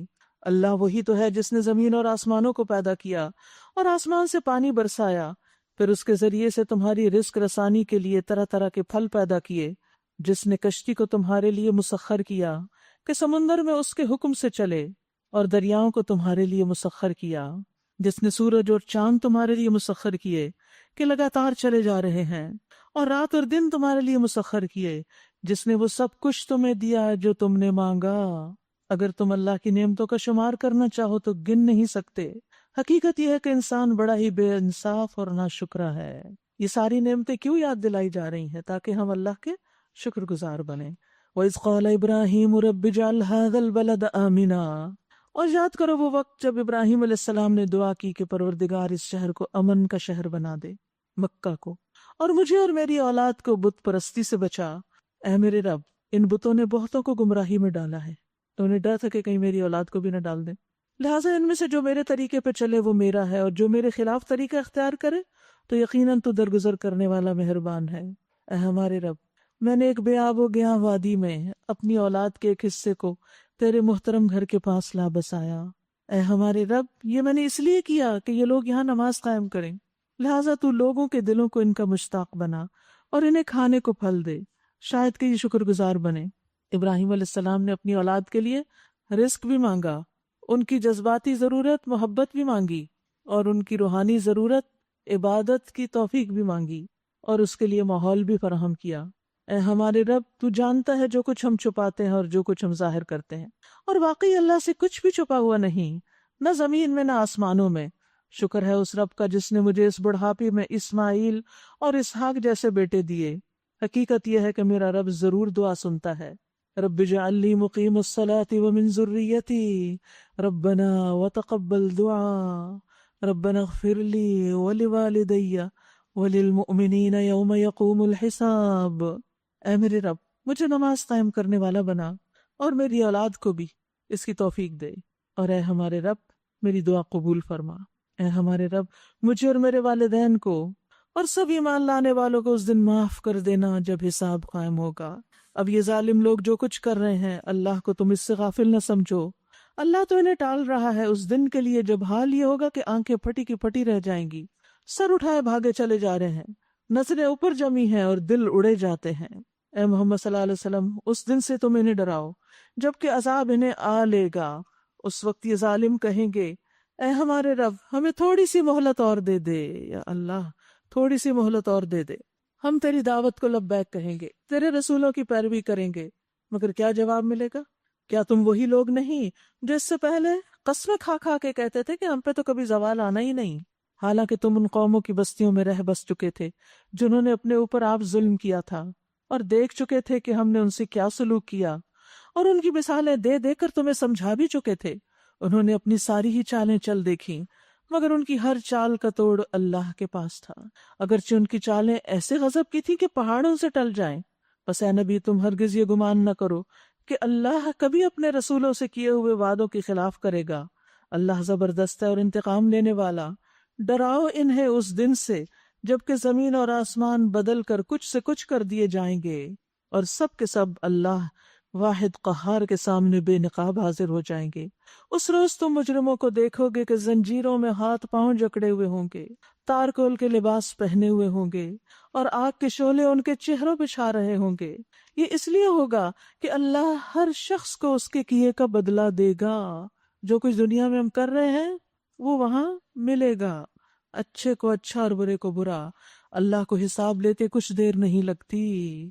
ھذا بلاغ للناس، یہ ایک پیغام ہے سب انسانوں کے لیے، سب تک پہنچانا لازم ہے، اور یہ بھیجا گیا ہے اس لیے کہ اس قرآن کے ذریعے انہیں خبردار کر دیا جائے، اور وہ جان لیں کہ حقیقت میں بس اللہ ہی ایک الہ ہے، اور جو عقل رکھتے ہیں وہ ہوش میں آ جائیں، ہدایت پا